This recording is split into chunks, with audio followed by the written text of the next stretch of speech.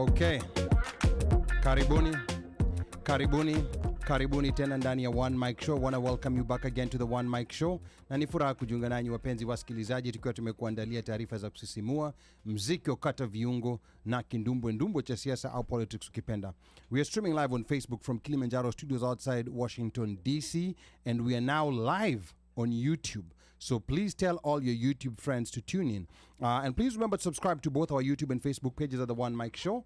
And then follow us on Instagram at One Mic Show. We are also taking live calls tonight. The number is 202-683-4570. Press star 5 to speak. I'm going to repeat that number one more time. We want to hear from you tonight. And the number is 202-683-4570. Press star 5 to speak.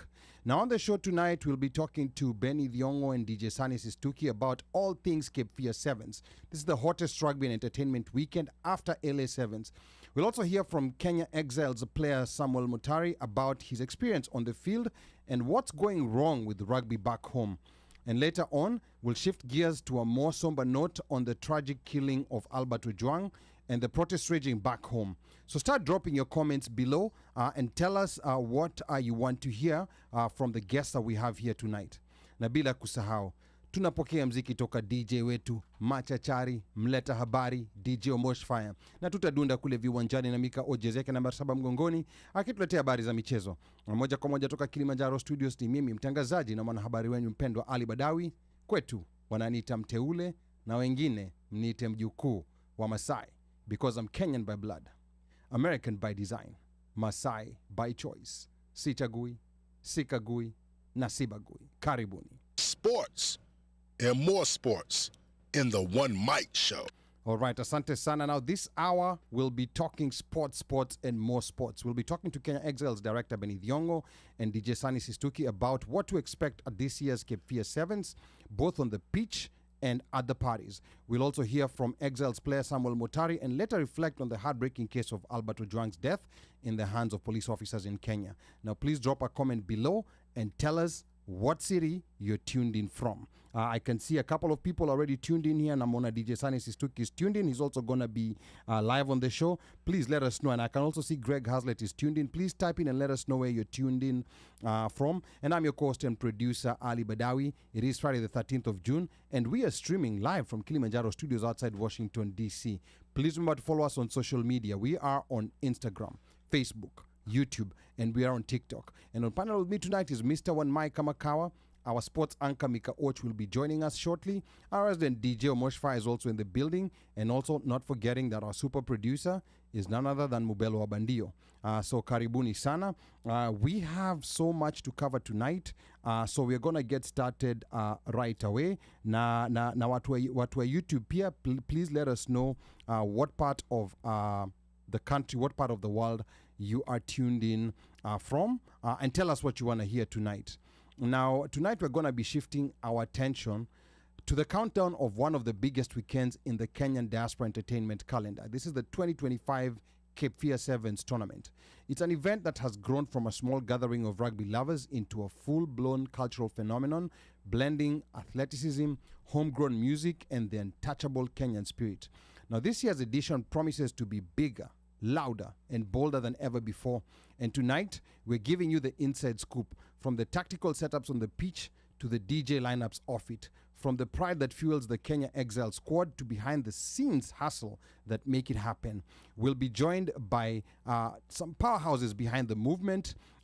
First up, we have the director of the Kenya Exiles and one of the lead architects of 𝒃𝒄𝒆, 𝒏𝒐𝒊𝒏𝒚. 𝒏𝒐𝒊𝒏 is in the building with us. 𝒏𝒐𝒊𝒏, karibu sana to the One Mic Show. 𝒏𝒐𝒊𝒏, I'm going to get started with you. You know, just tell us how you're feeling and whether you can hear us. 𝒏𝒐𝒊𝒏, karibu sana. Habari ya leo nyinyi wote. Okay. Haya, karibu sana 𝒏𝒐𝒊𝒏. Ongeza volume kidogo kadhaa. Yeah, 𝒏𝒐𝒊𝒏 unatusikia? Nawasikia sawa, ni labda mimi. I have a soft voice. Okay, you're feeling shy? Yeah, right. Umepata stage fright kidogo? Okay, hakuna wasiwasi hapo. Now, you know, like, just to get us warmed up a bit, for a brief minute, just quickly tell us, what do you think has made 𝒃𝒄𝒆 grow so fast, especially amongst Kenyans in the recent years? 𝒏𝒐𝒊𝒏. Kenya Exiles has grown in the recent years because it's really a cultural event for us. It's more than rugby. It's on the beach in Wilmington, North Carolina. And when I say a cultural part of it is you find that so many people that come from who are here from Kenya in the United States, they always look for something that gives them that reset to what they felt and what they feel at home, huko Kenya, you know. So 𝒊𝒆𝒏𝒚 is a local tournament, and it brings up that feeling of how we used to go to, you know, Tennessee, Driftwood or whatever, all those tournaments all in one, Mbaka Safari Sevens, all in the same place. And then you add the fact that it's also a family event, and we are able to bring our kids, different generations from everywhere. And once you get everybody in the same place and we all just enjoying ourselves, we just watch rugby and talk to each other and learn what everybody's doing in their own free time. Okay, amazing stuff, Benny, and thank you so much for putting this tournament together. We're going to be talking about that a little bit more in detail. Also joining us is a name that needs no introduction to music and party lovers on both coasts, East Coast, West Coast, South Coast, North Coast. He's got turntables in one hand and vibes on the other. DJ Sunny Sistuki is also in the building. Sistuki, karibu sana. You are familiar with Kilimanjaro Studios. You've been on the OneMic show before. Karibu sana, DJ Sistuki. Yes, thank you so much. Can you guys hear me well? Yes, loud and clear. How are you feeling today? I'm feeling very excited. Okay. You know, we're just moving into, we have what, 2 weekends left before 𝒊𝒆𝒏𝒚. Yes. And this is that last stretch where we get all our details, we get all our ducks in a row, and we look forward to a fabulous weekend. Okay. Yeah, asante sana. And to those who are tuned in, maybe they're not familiar with the dates. It's from Thursday, June the 26th to Sunday, June the 29th. So get prepared. If you hadn't made plans, start making plans. We're going to talk about logistics, what airport you need to go to if you're going to be flying in, or hotels. Nanini will be talking about all that in a short while. But Sistuki, this year we've seen events like LA7s with very amazing fan zones, but very scattered after parties. That has been a big problem with these big sevens events. What makes Cape Fear different when it comes to entertainment flow and crowd energy? I mean, are we expecting the same thing when we go to North Carolina? Mara party moja sijui iko wapi, ingine iko huku. Are we expecting that confusion, or what is going to be happening at Cape Fear Sevens? So there's a few things that are going to really differentiate this experience from any past experience that you might have had, be it in LA, be it in Vegas, or even be in, if you go for any other Kenyan reunion in Atlanta or Dallas or any of these other places. So one of the important things that we're going to realize is this event is happening in Wilmington, North Carolina. Wilmington is a beach town. Wilmington is not a big city like Atlanta or Dallas or even Raleigh, where I live, or DC for that matter. Wilmington is a small beach town with a very quaint atmosphere. People are very free. There's not too much bushiness or anything in ATL. So I mean, in Wilmington. So what people are going to expect is, from an entertainment perspective, is just a very free feeling, free-spirited entertainment scene, but also a quality entertainment scene.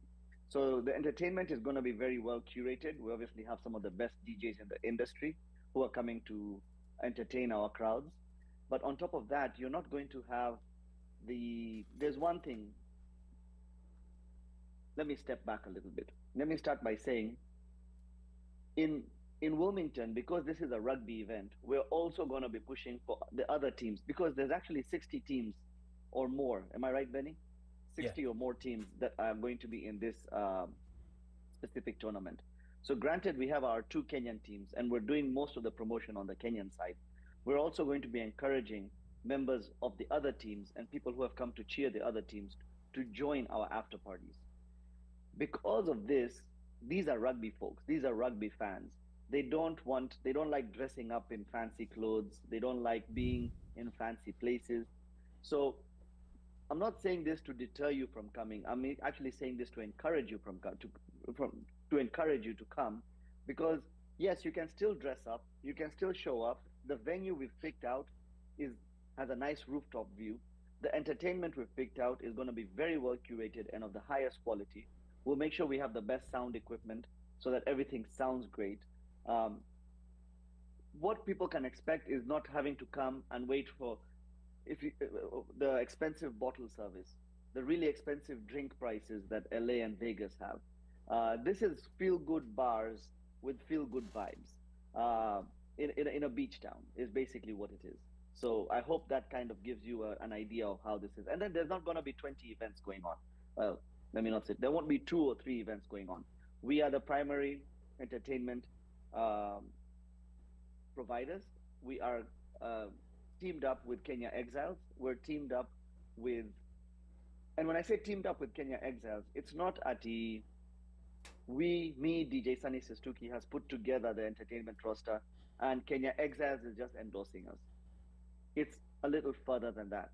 Kenya Exiles is actually involved in the planning and the venue picking. So Benny and I have multiple calls on multiple occasions to make sure that we're on the same page. The Kenya Exiles director himself is on the entertainment planning, and I am on the tournament planning. So it's a very symbiotic relationship between the sport and the entertainment in this instance. Okay. Aya, sawa sawa. And we really appreciate the details of that, and also knowing that this is a symbiotic relationship. It's not just one of those of there's gonna be rugby, like I'm a DJ, I'm just gonna come post up somewhere close and people will come from the rugby to come there. So I think that will be very interesting. And I want to remind the listeners that you're tuned into the One Mic Show. The number to call is 202-683-4570. Press *5 to speak. Again, the number to call is 202-683-4570. Press *5 to speak. We're going to be talking about this in a little bit more detail. And of course, type up on YouTube and also on Facebook. Let us know where you're tuned in from and whether you'll be coming to 𝒊𝒆𝒏. And on the panel also, we have representing the player's perspective. We are joined by Samuel Mutari, who's suiting up for the Kenya Exiles team that's going to be playing at 𝒊𝒆𝒏. So Sam, karibu sana. Can you hear us? Yes, I can hear you, Ali. Okay. Thanks for having me tonight. All right, thank you so much. And Sam, you are part of the historic team that beat Fiji in 2016 and lifted the World Rugby 7 series for the first time in Singapore. It will say that again. So you are part of the historic team that beat Fiji in 2016 and lifted the World Rugby 7's trophy for the first time ever. That was in the city of Singapore, or rather in the country of Singapore. Tell us a little bit more about that historic experience for a brief minute, because it's something that maybe a lot of diasporans do not know about. Mm-hmm. Well, I keep telling people who ask me this question that was an occasion when generations met. A few of the players who played in the golden generation, a few of the players who were part of the emerging generation, and a bunch of young players all integrated and formed a team. And for the first time, we had, all the way from Humphrey Khayange to Nelson Oyo. You can see that age difference at that time. I think Humphrey was, 35 at that time. Andrew also, Collins. We had older players, we had younger players, myself, Robert Aringo. Who else did we have? We have Frank Wanyama. You have older, experienced players and young, very fresh and athletic boys who came together with one goal. And that day, the dominoes just aligned, and history was made. So that's that was one of those. Let me not say unexpected, because Kenya was actually doing very well. Even prior to that, we were making semis. We were just getting jinxed and not being able to win a tournament. So Singapore is where it finally happened. So Sam, asante sana. Yes, Mika. That was the same year that we reached the semis of the World Cup. Na ref akatuaramia against Wales. Was it the same year? Yep. No, Was it the same year we reached the semis of the World Cup? I thought that was before. no. Remember, it was well, not the same. Okay, the reason I'm saying the same is because it was within the same time. Because I remember the World Cup were in Dubai, and I was in Dubai. So the World Cup was 2014. 2014. It was 2014. Yeah, 2014. Yeah, sorry, Yeah. I'm mixing up my time. Olympic year, actually. Yeah. Yeah. Okay. Yeah, and those were Oh no, actually, yeah, my bad. I'm confusing this with the one who reached the one who reached the finals. I'm confusing with this with 2010. Was it 2010, 2019? That's what I'm confusing it with. No, there was a World Cup where we reached the semis, and No, I can't the World remember Cup, which. we were in the semis, and then that same year we reached our first final in the series. Oh, that's if I'm not wrong. 2013. 2013. 2013 Wellington. Yeah. Seven. Okay. Yep. Okay. Yeah. So Ali, maybe if I can just Sure. chime in again. Mhm. So I mentioned all the young players, but and the older players coming together, but there was a build-up all the way from when we had Mike Friday and Paul True came about, Yes. and now we had Benja as the head coach at that time. So the only thing that led to the players finally, gelling and being in a winning mind frame, rather, so to say, is because this is a season where we owned the system that we were playing. Finally the players came and said, this is how we're going to play. This is how we're going to do it. This is how we're going to do defense. This is how we're going to do offense. And it was an incremental thing. And if you watch the highlights from that season, all the way from Dubai SA into Vancouver, Vegas, you can see there was a build up all the way into Hong Kong. Then after losing to Hong Kong, after losing to Fiji in Hong Kong, the guys now, they figured out their mistakes, and then we meet Fiji again. We're like, okay, we're not losing to them again, because it was a consecutive build-up, weekend in, weekend out, of formulating our game plan, our team play, and it finally gelled at Singapore. Okay. All right. Yeah. So that's that was a very interesting year, and it's something that we are hoping to at some point replicate. Almost did. And actually this season we actually made it. Yeah, we made it to the Final. We made it to the finals. But then of course same team. there's these issues that came up with World Rugby and changing the format, which was kind of a bit deflating. But then again, later on, someone will speak on his experience as a player now here in the US, his thoughts on the struggles the Kenya team is facing back home, and what it means to wear the Exiles jersey in the midst of all this. We'll also later pivot back home to Kenya, where the youth are once again taken to the streets. This time after the brutal killing of Albert Ojwang, a young man whose story has shaken the country and ignited a new wave of Gen Z-led protests. We'll be unpacking that too, because this is the only show where culture, sports, music, and justice intersect. So stick around and drop your comments and let us know what city you're tuned in from. Are you heading to Cape Fear? The people who are tuned in, are you coming? Drop a comment. Say, yes, I am coming. I'm a maybe. I'm a no, but I am thinking about it. So just drop a comment and let us know. I want to remind you that it's Friday the 13th of June. Namelia 𝒉 the People's Kamkunji is now in full sale. And we are here on the panel with DJ Sunny Sistuki, with Benny Dhiongo, and with Sam Motari. We are talking Cape Fear Rugby. So I want to come back to the studio and get to the panel. Maybe I'm going to start with you, DJ Omosh. Talk to us about maybe any previous experiences you've had with Cape Fear. DJ Omosh. Karibu sana. Asante sana. Natarajia mnanisikia ikiwa niko hapa studio. Sorry. You guys, sorry, you know, I know why. Sorry. Carry on. Anyway, so my experiences at Cape Fear. So I actually went to Cape Fear last year, and let me tell you something. I think, I don't know if it was touched upon or not. It's actually a family friendly event, and that to me I think is the best part of it. And we're not restricted to sitting on stands. CG, I don't know, you're going through a study door. CG, I don't know. No, it's like filanga free. Yes. And we have our own Kenya Corner, Ali, as you've been hearing of, or as you remember Kenya Corner, but we have our own Kenya Corner. Tuko na matents, kuna mziki ndio hiyo yani it's a whole vibe.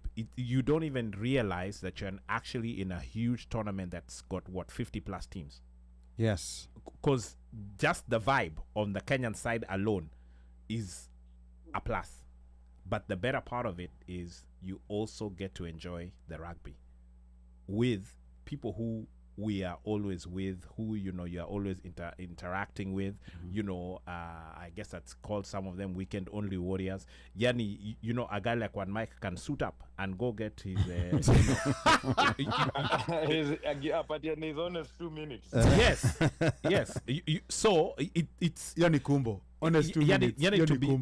To be honest, it was and that was one part of it, right? So one part of it is getting to enjoy the I guess I'd call it the park, not stadium experience, the park experience with the games, with the vibes, meeting Kenyans from all sorts of different walks of life, guys with their kids, you know, and their kids then are also now getting interested in rugby. They're seeing rugby happen. They have the opportunity between games when people are changing fields, they can throw the ball, they can, you know, it's very interactive. Yeah. Extremely interactive. Folks had come with their dogs. Dogs had even been painted Kenya colors. Yani, it was just a heck of an experience. That wasn't Mokwasi. Oh, sorry, carry on. Okay, yeah. So now that we brought up Mokwasi, Ugaliman himself was there. The nyaks that was coming off the grill. Yani, some of us, we just decided to camp at the grill. So between the games, uko kwa grill, na unaenda, grill, na and then there's merch. There's a lot of merchandise that you can buy. There are a lot of Kenyan merchandise that you can buy that is sports related. You know, other than Kenya Exiles, there was some other stuff in there. You know, I have not even hit the entertainment part. Okay. Na sasa we ndio wagamutu entertainment ati sijui ati do we drive sijui 68 miles sijui to go look for sijui I don't know what. That is LA. LA, you have to do calculations. No. So from the hotel, which possibly everybody has now booked, but from the hotel to the park is, I think if it's 10 minutes, it's far. Okay. And then kutoka hoteli to the hang venues, again, another 10 minutes, 10, 15 minutes. There's no way you're driving for 20 minutes. Yeah. Oh, by the way, kuna beach. So you can do beach day every day, ukijipanga. So unakam na Bukta. Well, who is Bukta? Who is Bukta? Kwani you guy, you don't know these languages? I don't know who is Bukta. Kwanza ule mse wa Eldoret anajua Bukta. Bukta ni swimwear. Oh, sungesema ngodha? Yeah. No. Oh, okay, sorry. Asiwa Nairobi West. Oh, yeah. No, Nairobi West ulikuwa to swim na ngodha. Too many confessions. Yeah. But yes, so what if you can plan, if you plan yourself correctly, especially if you're somebody who's arriving on Thursday, you can do a whole beach day on Thursday. And then on Friday, you go do part 2. Then you go for the hang. Then Sato, unaenda study. Ukitoka study, remember they still dark at 9 o'clock. Yes. Unarudi beach. Yes. Okay. Sawa. And then you go, you eat. Okay. Sunday, ukimaliza, unapiga beach plus day party. Oh, sorry, did I derail too much? Okay, no, so we're gonna come back to that. Now, before we go to Mika, there's a lot of chatter that has been coming through the Facebook stream. I can see George Mokwasi, Mr. Ugaliman is in the building. Anasema we had built a rugby culture, players understood the game and system. This was in reference to what Samotari was saying. Yes. Yeah. And then George Mokwasi anasema Ugaliman, I am here. And then there's someone who's called, hiyo jina nimejaribu kuipronounce, Pedro Farian, yes, something like that. Anamkaribisha Ugaliman. DJ Sane Sistuki anasema yes, I'm coming. Yes, of course, you have no option hapo. And then Alfred Enga says, I need a ride from Baltimore. So this is what I like. So anyone who's driving from Baltimore, Alfred Enga is saying he needs a ride from Baltimore Thursday morning. Kwanza he's even specific with his time. He's begging, but he's how is this beggar? but he's How is choosing. this beggar chooser? But he's choosing. Anasema he needs a ride, but you need to leave Thursday morning to Cape Fear. And coming back? When Yeah. is he coming back? No, he coming back, you worry about later. That's how these as things long are. as amefika. As long as umefika, now you start worrying about coming back maybe Sunday, kukaribia Monday morning. That's when you start looking for people who are going back. Okay. Yeah. Okay. And then George Mokwasi hapa anasema we will be in a new venue this year. So karibuni sana. Please type your comments. Let us know where you're tuning from and say, yes, I am coming. If you're one of those people who's coming to Cape Fear Sevens. Mika acha nikuje kwako kidogo, like give me your Cape Fear experience. And then we're going to come back to studio and then go back to our guests. Mika, twende kazi. Mimi bado sijaenda Cape Fear. So this will be your first Cape Fear? Yes. Okay. Oh, wow. So it's very surprising because uko karibu sana. You are much closer to them. So Last year nilienda kuandamana. Yes, last year we were all not able to go. So we split. Yes. We actually split. We split personnel. So me and OneMic went, and then you and Mika Mia was went here for, organizing you and Mika went for demos. the demos. Yeah, we were Yes. here organizing demos. So to split, like a lot of crazy things were happening. And then Mike. Yes, sir. I think you're the one who has the most experience with Cape Fear on this panel. He might be an exile. Yeah, tell us about your experience. And Imeskeko, you can suit up. You can even suit So up. ameva suti. So is there gonna be a surprise? Tukiwa tuna lead and then unaingia kumaliza game. There's the merch right there, baby. Okay. Benith Yongo, provide the merch. Okay. So what are experiences Cape Fear? Let me tell you, like Omosh, I think Omosh has said it all. It's a vibe. And it's one of those vibes you have to be. Ndio ujue. Yeah. Sikusimuliwa. No. Like you say, usingoje kusimuliwa. Because the vibe is, and guess, by the way, Muembu is going to be there. Mogoka. Mogoka. So Yes, he was there. He was there last year. He was there, yes.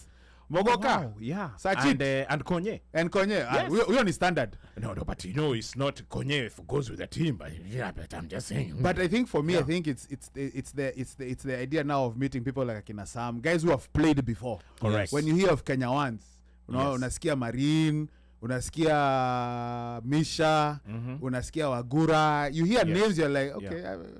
But it's the fraternity that those guys, the brotherhood that those guys have is amazing. It's crazy.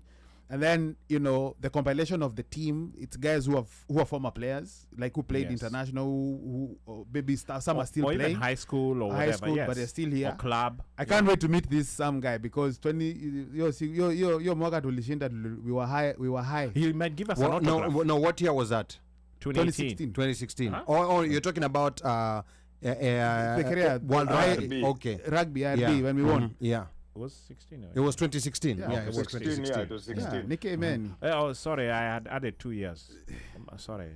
So you have to be there, and I think Omosha said it best. Like, I mean, it's a, like Sunny said, it's a beach town. Everything is not far from anywhere. Tell us your experience last year when you went. Let me tell you. When did you land? We landed on. Kwanza we left at 3 a.m. with Akina Marine and Munga. We figured mapema. We met guys who had already been banjukaing all night. Akina Wagura. Where was that? Was that on a Thursday or on a Friday? It was a Thursday night into Friday morning. Okay. So we figured Friday. So Okay, guys, Friday. yeah, beach. Some guys like Akina Konya went to play golf. I've never understood that. But, can't knock them for their hustle. And then now you wait, Kadunda, then Sato. Kwanza Sato was fire games. The boys were playing well. Guys were cheering. And we had 2 teams. Yes, we had 2 teams. We had the old guys. Vijana na wazee. Kina Benny.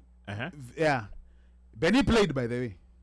No, I didn't. Not last year. I didn't. No, it was the year before. Yeah. It was the year before. You're confusing with your shirt. Okay, go ahead. He played the year before. But there were 2 teams. Sawale wazee, guys in their 40 plus. Wazee. Then Vijana, Kina Sam, Sasa, Kina Misha, right? Kina Misha, Kina Bombe, Wagura, those guys. Yes. It was fun. And they actually did very, very well. They did Again, well. wazee kushinda. No. Sijui hapo, Benny can tell us if they won. Give us what happened. I thought Wazir's got almost. They were almost there. No, they played well. They- But put it this way, Ali, it's a vibe. Akina, the people came with their toys, their famos, the kids were over there, like you were saying, throwing Yeah. the ball. Like it's just And then a the kids vibe. started playing with each other. They don't know each other from Adam or Eve. Yani wanaenda.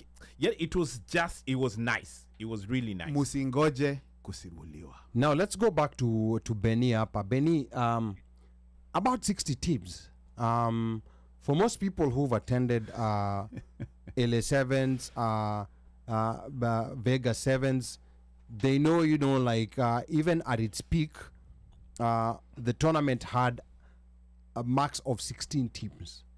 So how do 60 teams play for 2 days when we are used to seeing very few teams playing in tournaments? Benny. Well, so Cape Fear, I'll give you a brief history. Cape Fear is a tournament that's been organized for 50 years. Wow. Huh? For 50 5-0. years. This is their 50th year. Okay, so this is a big one.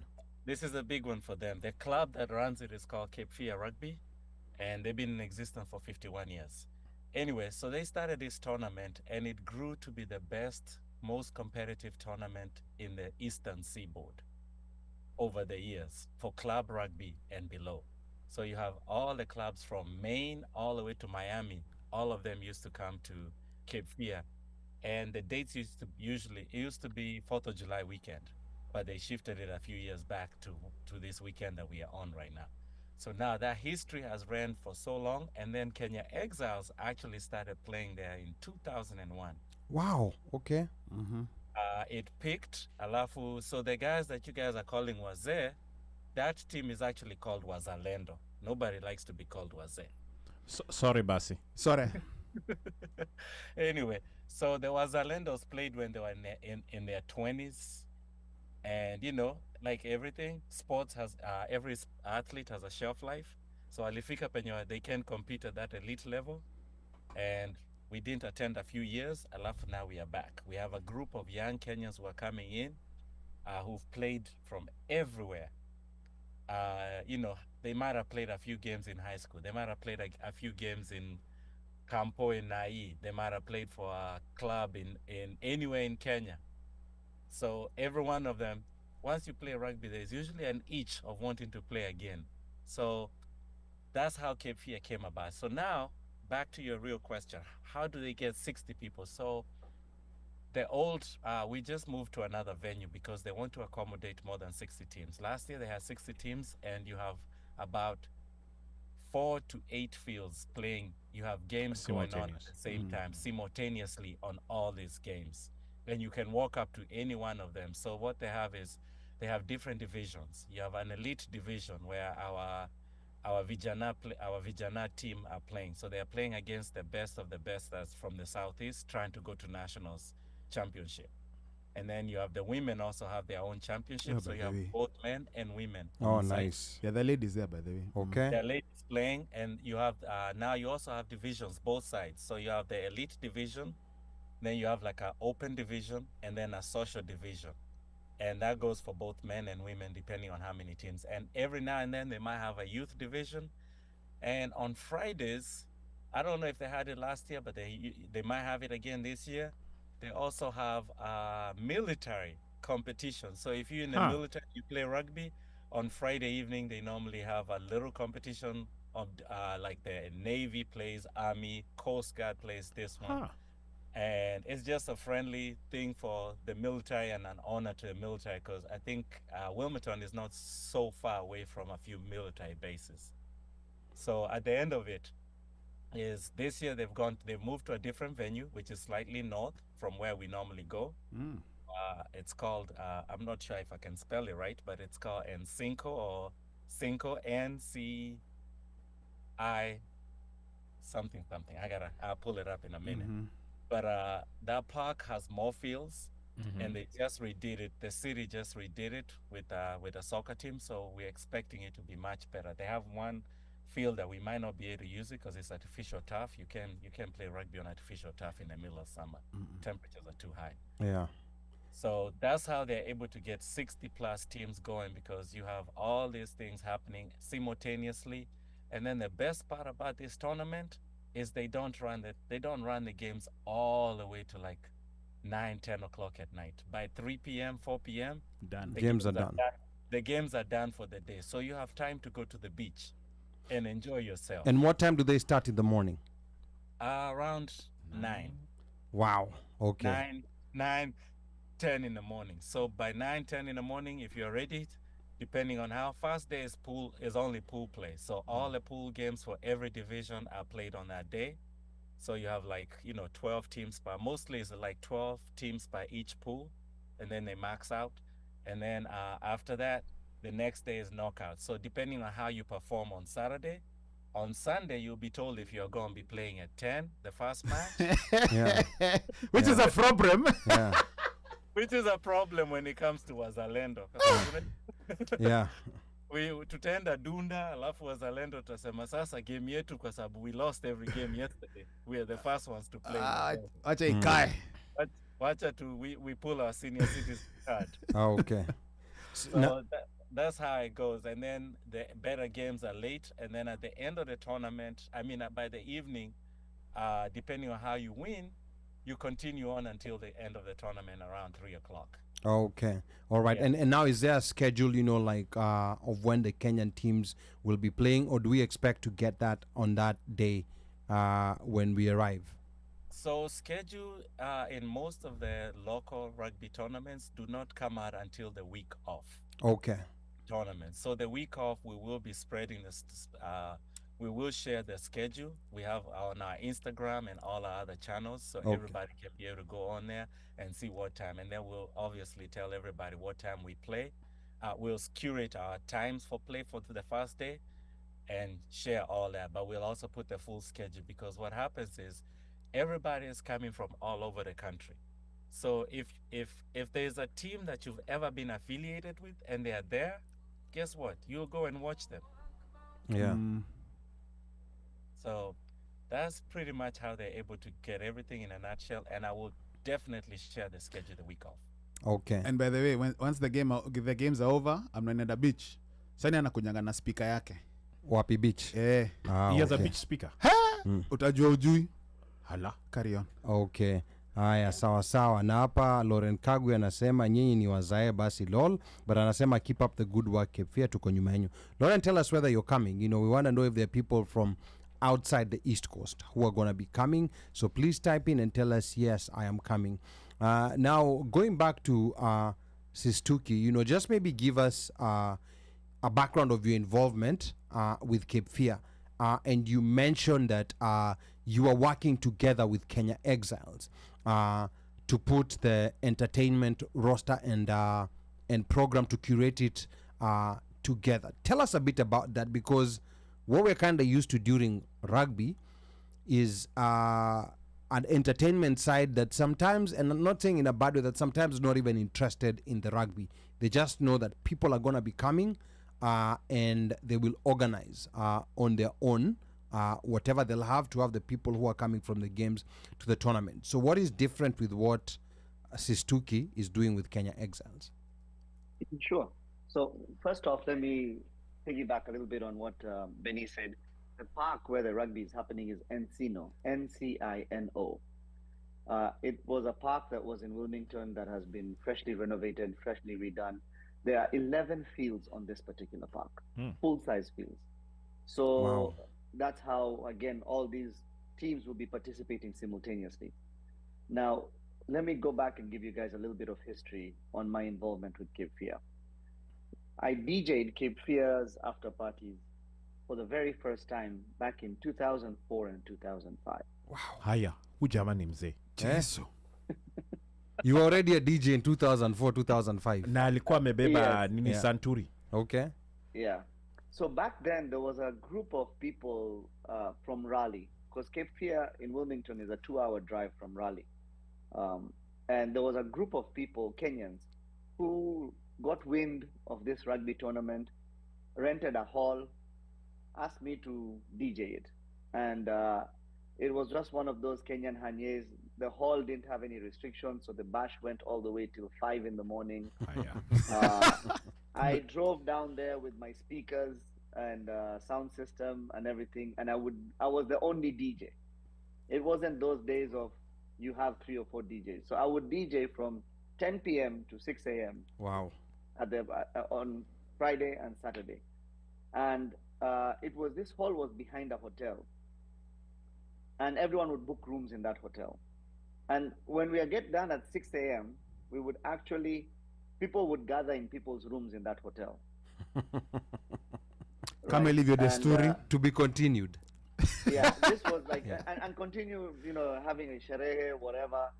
And that was actually the first time I even met George Mukwasi.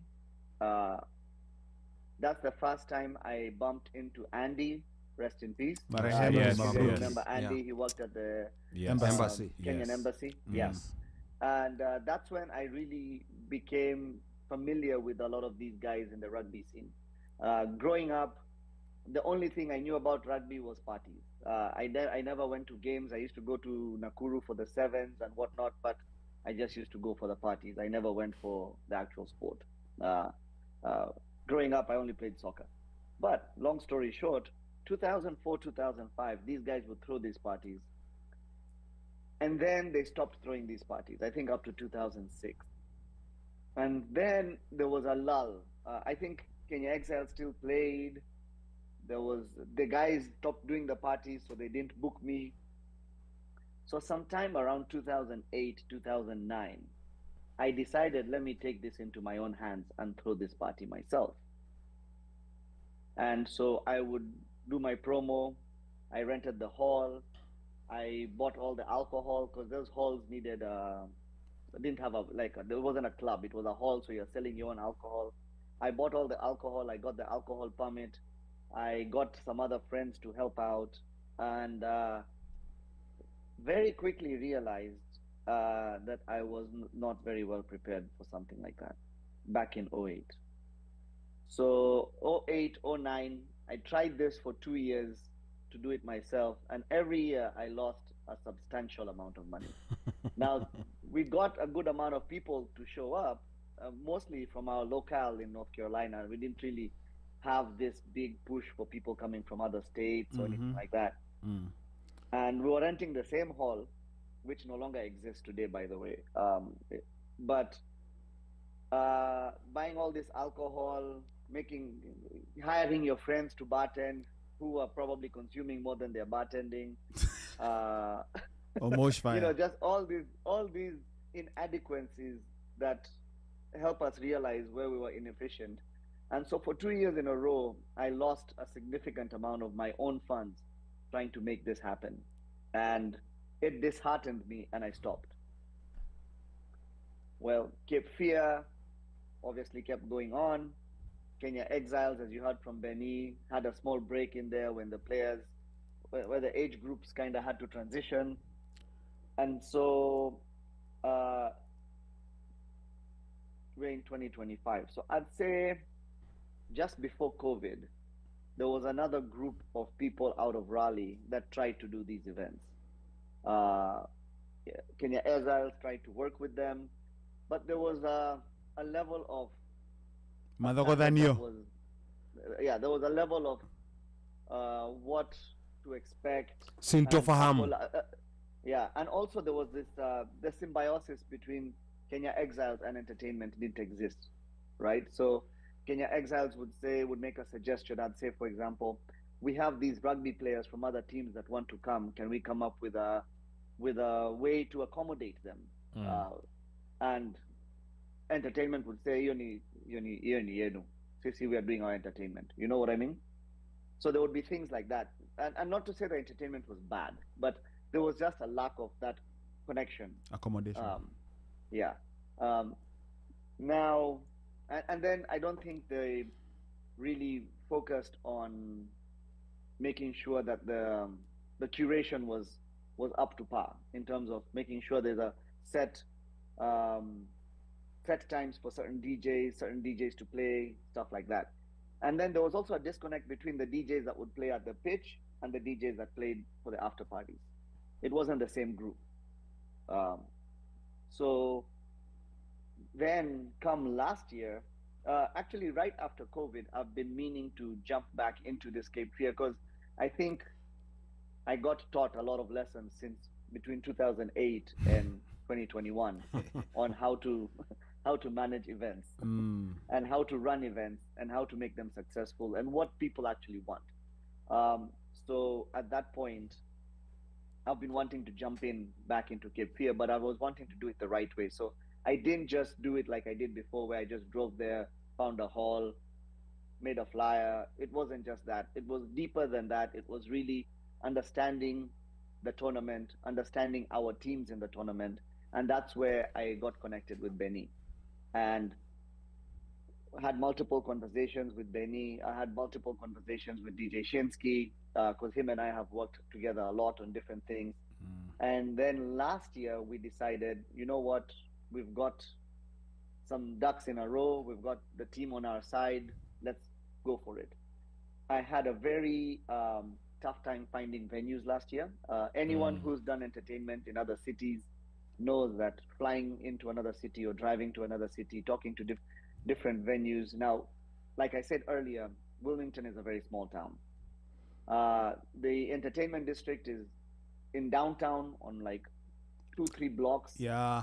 And and all their clubs are basically in that little area. And when you tell them you want to come and you want to do a party in a club, and you say, I'm going to bring you 250, 300 people, and I want to take over your club on a Friday or a Saturday, they'll say, we're a beach town.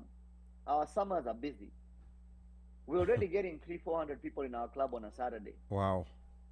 So there's nothing you're bringing to the table.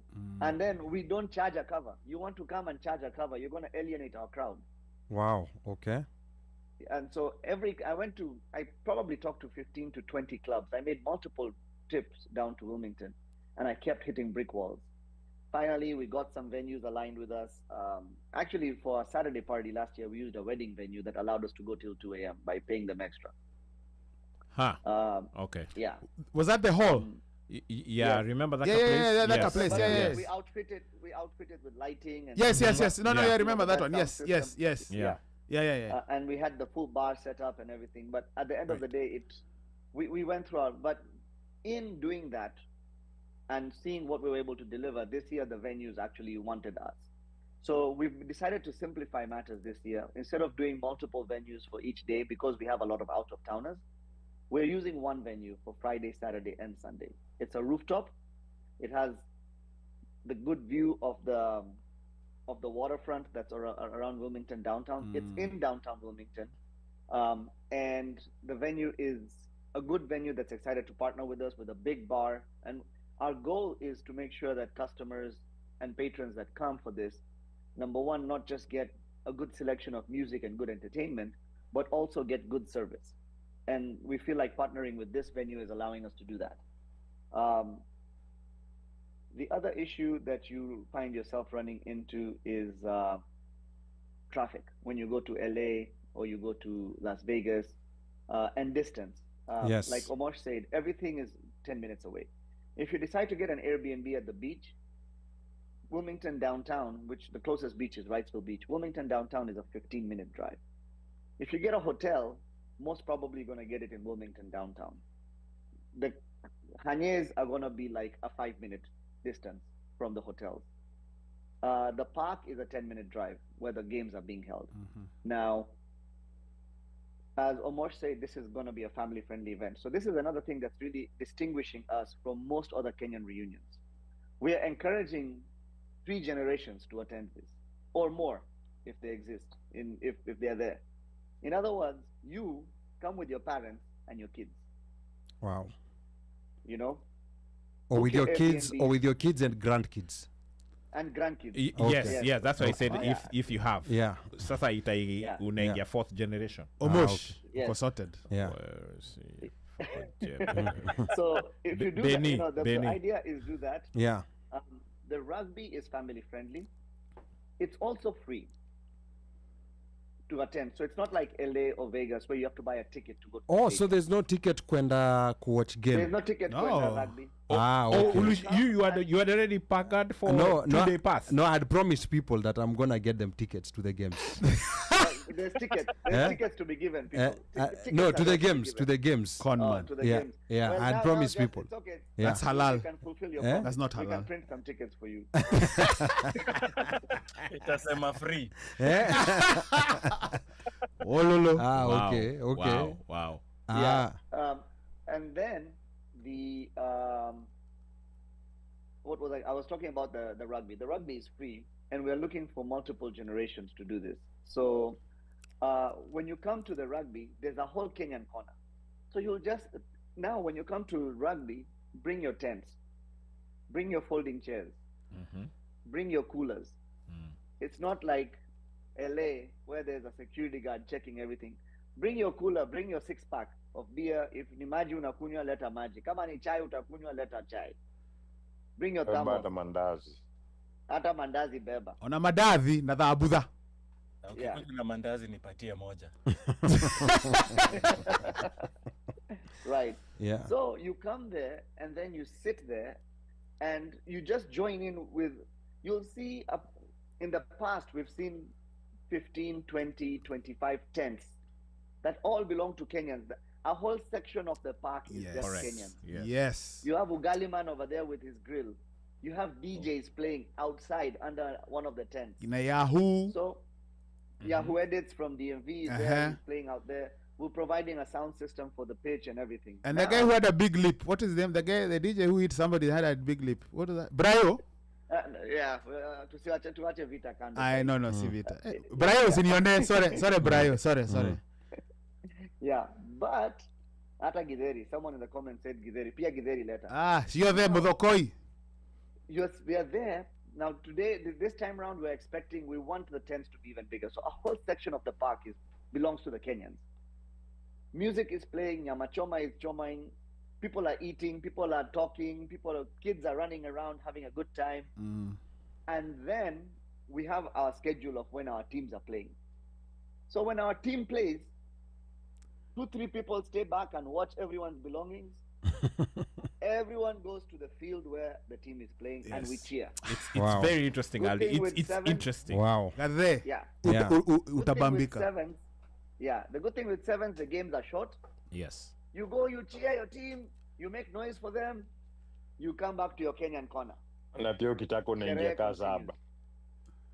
Hiyo ni poa. Sasa Sistuki, we're going to come back to you because we also want to know, because there's some very heavy names that we saw in the lineup of DJs. Want you to talk about that a bit, but I want to come to Sam hapa tuongee juu ya rugby kidogo. Before you mean Sunny, last year there's a place you took us and they ran out of beer. I mean they ran out of the sweet nectar. What place was that? Yes, it was Saturday. It was events on front. Yeah. We ran out of everything. Before midnight. We ran out of everything. So you guys went and finished everything before midnight. No, I think OneMic had a big mouth. So we learned from that, and actually we've had several meetings with the venue, and we're having some more in respect to what Kenyans like to consume, and making sure we have, and the place we are partnered with has the resources to be able to replenish at any given moment. I know that we run out. Okay. So it's quite interesting that it's the same venue for the whole weekend, which is good. Which we are talking Thursday, easy. Thursday, Friday, Saturday, Sunday. So hakuna ati nilipotea njia because you are going to the same place that you went there yesterday. And the same place you went the day before. Yes. So that's good. So acha tuende kwa Samuel Mutari hapa tuonge rugby kidogo because this is also rugby, yes. A rugby event. Maybe Sam, tell us about your involvement with Exiles. Because Exiles, like Benny said earlier, it's mostly people who formerly played in Kenya, whether they played for Shujaa or whether they played club rugby or whatever they played. And apparently there are so many out here in the US. So is it typically a goal for rugby players of when wako karibu ku retire watakuja, ama do people come while they're still actively playing? And then how is it that you get connected now to Kenya Exiles? Sam, twende kazi. Asante. Bado nilikuwa nacheka story ya kumaliza nectar. They underestimated the Kenyans. Bro. Yeah. Guys started complaining. Guys walked out wanaenda kutafuta liquor store because these guys they didn't have, and then the selection. Anyway, ilimaliswa. Hata tuongea rugby sasa. Yes. I don't think it's more of a thing. Guys are waiting to retire, or when they're close to retirement, then they move this side and try play for the Exiles. I think we're seeing it more and more being a natural progression. Like for myself, I'm still actively playing. Bado mi si mzee sana, niko 32 years. Yeah, Ebu correct Ali because Ali was trying to say some things. Hapana, no, tumeona hapana, tumeona Madrid imeshikana bado, iko sawa. So we can tell bado ni kijana. 2016 I was 23 years old. So okay. Gonna time. The time iko gather. Time iko. Yeah, so it's more of a natural progression. When you look at the roster that we have right now, we have all the way. I think myself and the captain Lucas are the oldest guys. Most of the guys are about maybe 26, 27ish. Smurf yuko. Huyo ni mzee, wachana. Huyo ni mzee kama. Aya, Smurf ni mzee. Au. Umeturn 30. Aya, Jesus is Lord. So it's become more of a natural progression. Everyone comes to the US for their own different reasons. I came to school, and after once you get here, you realize that you still want to be part of the Kenyan community, and you figure that kuna team ya majamaa wanachezanga game ever so often. I think Benny will speak later on the goals that we've set for Exiles. We want to be playing at least 3 tournaments in a year. So if we're able to actualize that, then we can say we have something, and we're usually really competitive. We play at the elite competition in Cape Fear. We're trying to play Rugby Town, which is another elite competition that usually has international teams. And the other one that we just didn't do really good planning this year. What's the name of the one that was in Tampa, Benny? Tropical Sevens. Yes, Tropical Sevens. Hey, that sounds like a plan. It's the weekend. Yeah. And Sevens. it's when I have snow huku juu, so I'll be really happy to to run away from Michigan to go down and play in Tampa. So uko Michigan more than me. So Tropical Sevens is around April. So bado huku kuna snow. Kienda huko chini in Tampa in around April, that's really good weather and a good time to play rugby. So yes, it's been more of a natural progression. Hakuna teacher, watu ni wazee hapa, they're about to retire. No, we're building something good for the future generations, for anyone who's coming and wants to stay active and involved in the game. Like you've said, you want to build a culture, and if your kids and my kids hopefully want to stay involved and play and wear something that shows belonging, this is Kenya pride, we want to build that progression for the generations to come. We want to build something that shows what an elite team of Kenyan athletes can actually do at the international stage when they're given all the resources that they could possibly have. Okay. Aya, asante sana hapo Sam, and you're tuned into the One Mic Show. The number to call is 202-683-4570. Press *5 to speak. Again, the number to call 202-683-4570. Press *5 to speak. Please tell us where you're tuned in from, and if you're going to be coming to Cape Fear, like just typing in the comments, yes, I am coming. Naona Anita Stuns pale yuko tuned in. Anita nakuja. Yeah, and I don't know. Anita, please tell us. She might surprise us. She may just fly in from Scotland. Yeah, she might fly in from Scotland. And by the way, just to let her know, she doesn't have to do Uber and do all those expense and whatever. Oh, by the way, to look for other people. Yes, studies free. Yeah. Because Anita's first experience in the US was LA. And it was an expensive experience. LA is a very expensive experience. It actually is. But Anita anatupesa. So no. Mfukoni uko sawa. Mfukoni uko sawa. But basically zilikuwa zi make sense. She can still sponsor. She can still sponsor Mubaba. $90 for an Uber ride. That doesn't make sense. Okay, but it doesn't make sense. But for her, she was in an Uber for $90. But that's what Ubers were costing in LA. That's LA, my friend. Almost, that's what Ubers were costing in LA. Is it because you guys were congregated then, or LA is just expensive? No, LA is expensive. LA. If you're in downtown and you're going all the way to Torrance, to the stadium. Ebu muulize huyo mwenye anakusumbua mbona kwenda ile alisema nini? Mbona hukwenda ile? I still have LA shock from what 20 years ago. I still have LA shock. No, LA is expensive.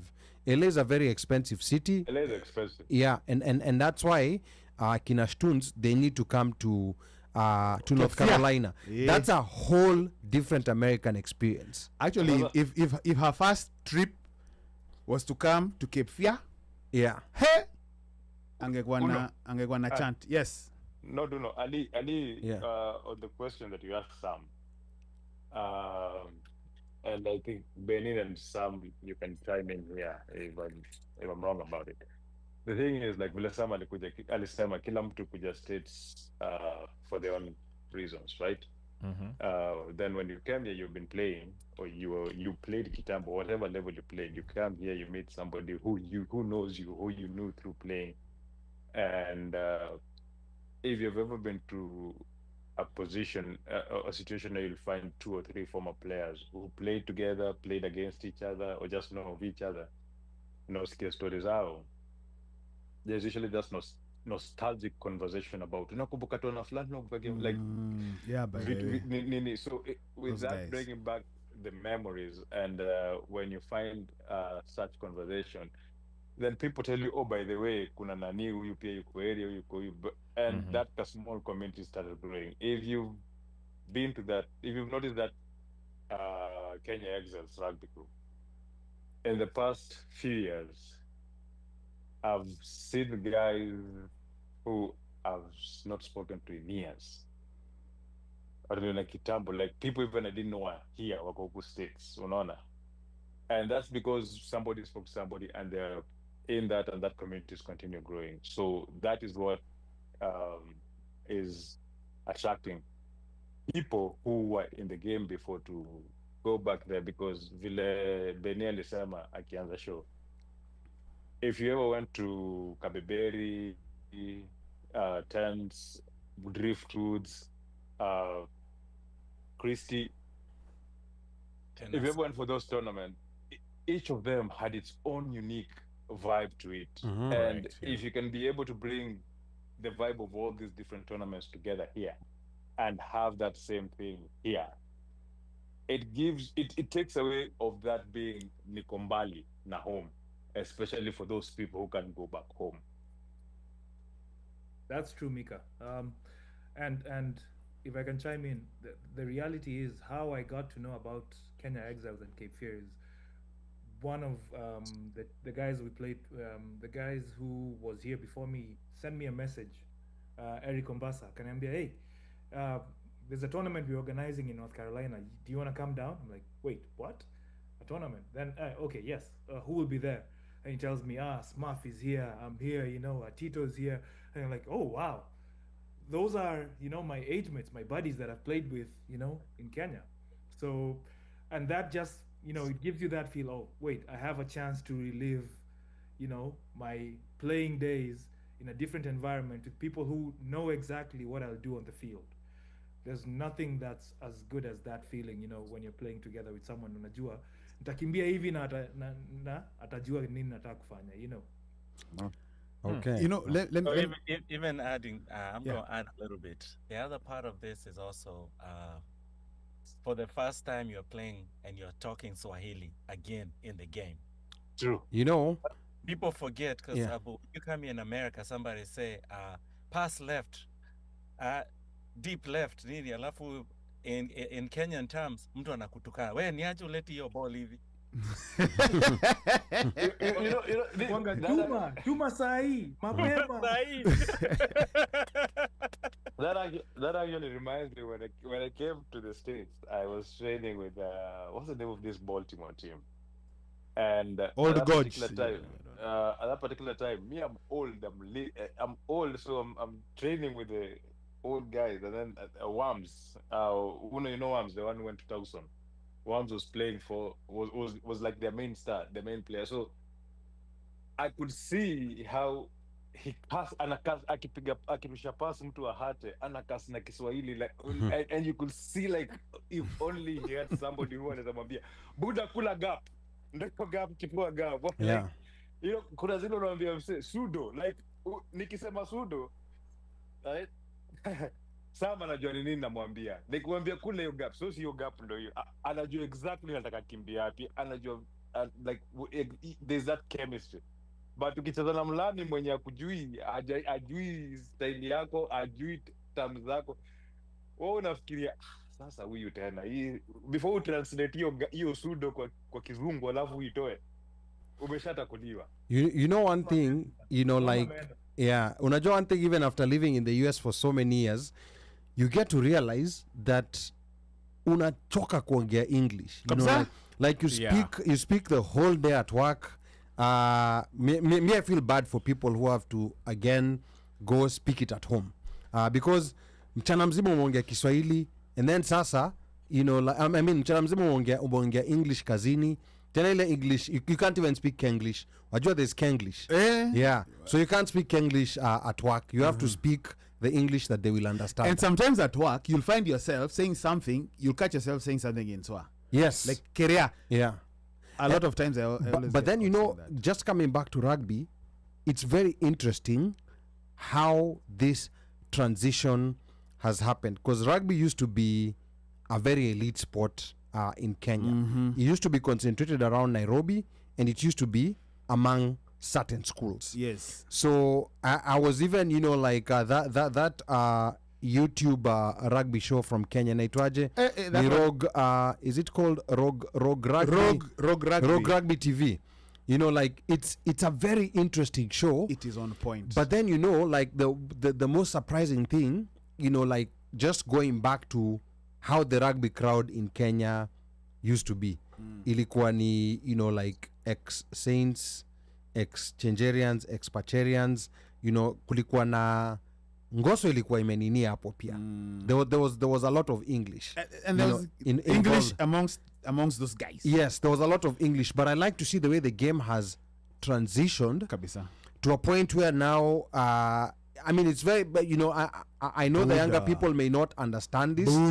Yeah, the younger people may not understand this, but rugby was a very elite game. Ukenda Blackrock, you would know that you'd find certain schools.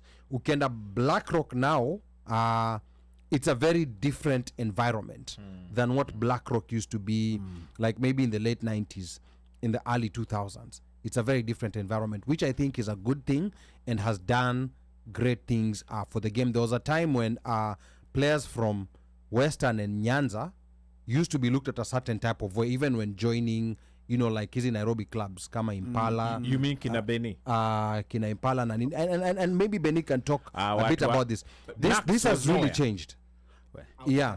By the way, Nax is something that came in, you know, recently. like Yes. it's very recent, you know, in like the history of rugby. Yes, because rugby was so Nairobi centric, from the schools that played, really was. and the clubs and the people who went to play from these schools in those clubs. And also the interesting thing is when it comes to like rugby, like when you go for the tournament, when you go to Cape Fear, when you so big shout out to Caleb Tanui, another Kenya one. There's this thing of guys who've played for the national team or whatever, wanajitanga Kenya one. Nataka Sama tuambia hiyo mambo ya Kenya one is what? Kenya one. Lakini the fascinating thing about playing is like when Sunny was saying when guys go and when Kenya is playing, yeah, it's like all hands on deck. The music stops. 1, 2, 3 people, everyone else goes, and everybody is chanting. Everybody is supporting, like, well, we want another one just like the other one. I remember it was either last year or the year before, but I'm gonna say last year. There's a ref. There's a referee. I don't know what that referee did. That Jama was chased out of the field by Kenyans, including the players. Awako muimbia ile wimbo. No, Mseli Toroka. Benny, if you remember that. There's a ref because like there's certain calls, and you know, like we're like, okay, some of us may not know the rules that much, but we're like, that's not supposed to go against us. Like, yeah, no, that is wrong.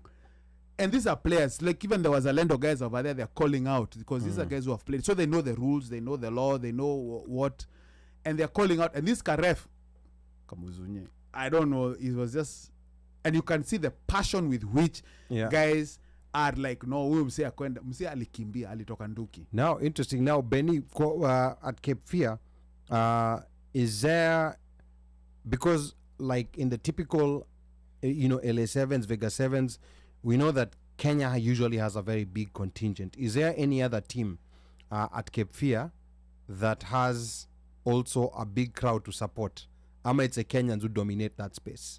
Actually, we make the tournament. Kenyans are the ones that dominate the space, and the tournament loves us because every time we come, 𝒉𝒕𝒆𝒄𝒕𝒂𝒃, every year we show up, they say the tournament is more lively than a regular tournament just because we are there. Okay. Yeah, but to add, Omosh, yes, sir. Nakuru has been playing rugby for a very long time. No, I'm not disputing that. We have to correct. Okay, I'm not disputing. I was just saying that hapo mahali pa iyo eliteness and as well as wale watu who are being nini. Because yes, Wanyoro, you guys have been doing your thing, but it was almost like ilikuwa gatu hapo ndio Nakuru RFC ilikuwa. I am not disputing. Yeah, it's been there for a while. But then again, when in totality, it was a small part because even Kakamega, Kisumu, those guys played, but it's like no one was recognizing them. The thing is this: what you guys are not saying is that. What you guys are saying is this: like the reason why you feel like rugby was so Nairobi centered was because majority of the clubs are in Nairobi. The reason majority of the clubs are in Nairobi is that watu wengi walikuwa wanaenda uni, like umetoka high school unaenda uni Nairobi ama unaenda kujob Nairobi. So that is, and then the way the rugby clubs were run, if you see things like kina Impala, kina Nondis, kina Queens, those ones were teams that were part of a private members group. So they were part of that. They were teams that kulikuwa na siasa kwa hizo clubs, like in terms of you have to be a member for you to play. Like kulikuwa siasa mob sana. So you can see why you feel like there's an eliteness in who they will want, the number of players or which kind of player they will want. Take what to club you could openly walk in. Compare that to a culture of a club like Mwamba, KCB, Ulinzi, which played a big part in taking up most of the players who are coming in. And then players who are good in all levels walikuwa wanachukuliwa na shule kaki na science wanaenda kucheza bado A levels ya rugby huko. So that is, again, that makes it look like it was so Nairobi centered, but unaweza pata huu player alikuwa Menengai ama alikuwa Kakamega, alikuwa Bungoma High, alikuwa Musingu, alikuwa Yala, alikuwa Maseno, alikuwa Cardinal Lutunga. And all these were very big schools in rugby. They had very good players were producing. They were actually producing a majority. They were the majority of the feeding of the feeders for the Nairobi clubs. So Nakuru rugby ilikuwa big juu Nakuru High na Menengai walikuwa na hiyo stream of supply of players wakitoka. Kuna wale wata live Nakuru and Nairobi wakienda kutafuta life, na wale wata baki Nakuru because Nakuru also has a town that allows you to mature, like ukimaliza shule and let kushoko and stay there. So it's not that rugby was so Nairobi centered. It was just that the development of the sport in Kenya was so Nairobi centered that made it feel like that. Just the same way ball, unaweza sema Nairobi ndo kaunti tu watu wengi ball, but watu wengi high school wenye kuja kushine kwa hizo maklabu hawakusomea Nairobi. No, that's true. Yeah. So but it's quite interesting to see the evolution of the game, whereby ato kiangalia national team used to be dominated by certain clubs, but you came now many years later unaanza kusikia national team, it has people from so many different teams, which creates a quite an interesting perspective. Now and that's true, Ali. Kidogo nikimaliza hiyo point yako, which you're also right in this particular moment right now. And this has been a thing that Keru went on a very high development program in rugby, which involves schools. And right now the schools in rugby in Kenya has changed kabisa. Zile shule zenye ushinda nationals ni shule hata ujaisikia wakicheza rugby. Kama I think the current national champions ni shule ya kutoka ushago kwetu. Mimi nikitoka Kenya kukuwa nacheza rugby. But Ali, you also just to chime in. Yeah. So what you said is correct, and what Mika is also correct. The other part of this is, in the 90s, all the universities were concentrated in Nairobi. All the opportunities were concentrated in Nairobi. So what happens nitaweza tumia kama sasa Marine. Marine played for Nakuru team, but the moment he finished high school, akakuwa Queen Cake. Surely bana. But you also had like high school, you could also still go travel all the way to Kakamega and play Kakamega. And Kakamega was a powerhouse back then. Yes, it was, yes. It's just that now they have, then come in the 2000s when we started having sevens at a national level, started winning more. We started having more grassroots because people were introduced into rugby when they got to high school at one time. Saizi, leo uko na mipira mbili. Unapewa rugby, ama unapewa soccer ball. So there's a whole different, the generation, the way the game has progressed has really changed the way Kenya digests the sport. To the point that now it's everywhere. I wouldn't be surprised nikisikia Turkana wanakuja na team. Yani lazima ungelima Queen Cake. Sikupenda kwangu. There's also a dynamic that changed in high schools. When I was in high school, that's a while back, not so long. Siwezi kujicompare na OneMic. Ala. Nalimwa tu. Yeah. When I was in high school, the tournaments were 7s and 15s. Rugby was kind of separate. It was either you're playing 7s in the first term, then you're playing 15s the second term, right? And what this did is it kept just a few players playing both codes, right? You could play, you're good at 7s and you could feature in 15s the next year. For a while, what happened at Kenya secondary schools is they put 7s and 15s at the same competition at the national games.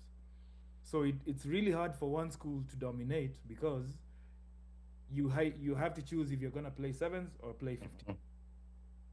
So once they did that, they opened up, the area for the school from Mika's Ushago to win provincials, and some will find themselves at nationals because you have to choose: are you going to play 7s or are you going to play 15s? And that has, you can say it's kind of good for the game. I think it's good. Exposed a bit more people, but then it's also killed the dominance of Kakamega won 7s and 15s, or maybe Yala and Maseno are doing the same thing year in year out. That's how 𝒉𝒂𝒂 started, growing, because they were able to, mushroom and grow into the rugby scene. Yeah. So the high school scene has completely changed. It's not like it was before. No, it's not. Yeah, it's completely different, and I think that's a great thing to do. Now going back to Cape Fear, because we've talked about the different things that are differentiated from the traditional sevens tournaments that we go for.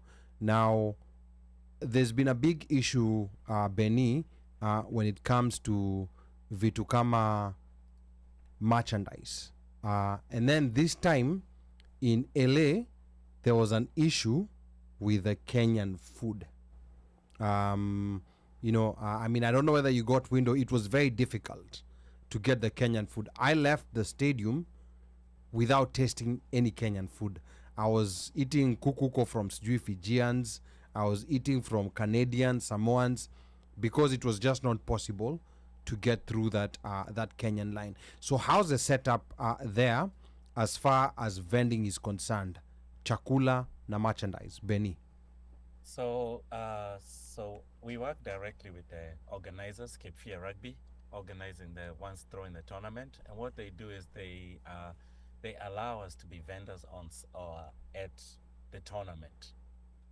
And what they say is they have a vending fee and all that, but we have to kind of submit who we are going with and all that, so they can control. Tusikuwe na watu kama 10 wanauza ugali. Kama umoshi. So at the end of it, that's the main thing. Now, when it comes to merchandise, this is where Kenya Exiles, where we've been failing on our part, because at the end of the day, people don't realize we are self-funded. So everybody that's coming from everywhere, they are funding their trip to Cape Fear. We are funding everything to register for the team, to put ourselves in the Airbnbs, Nanini.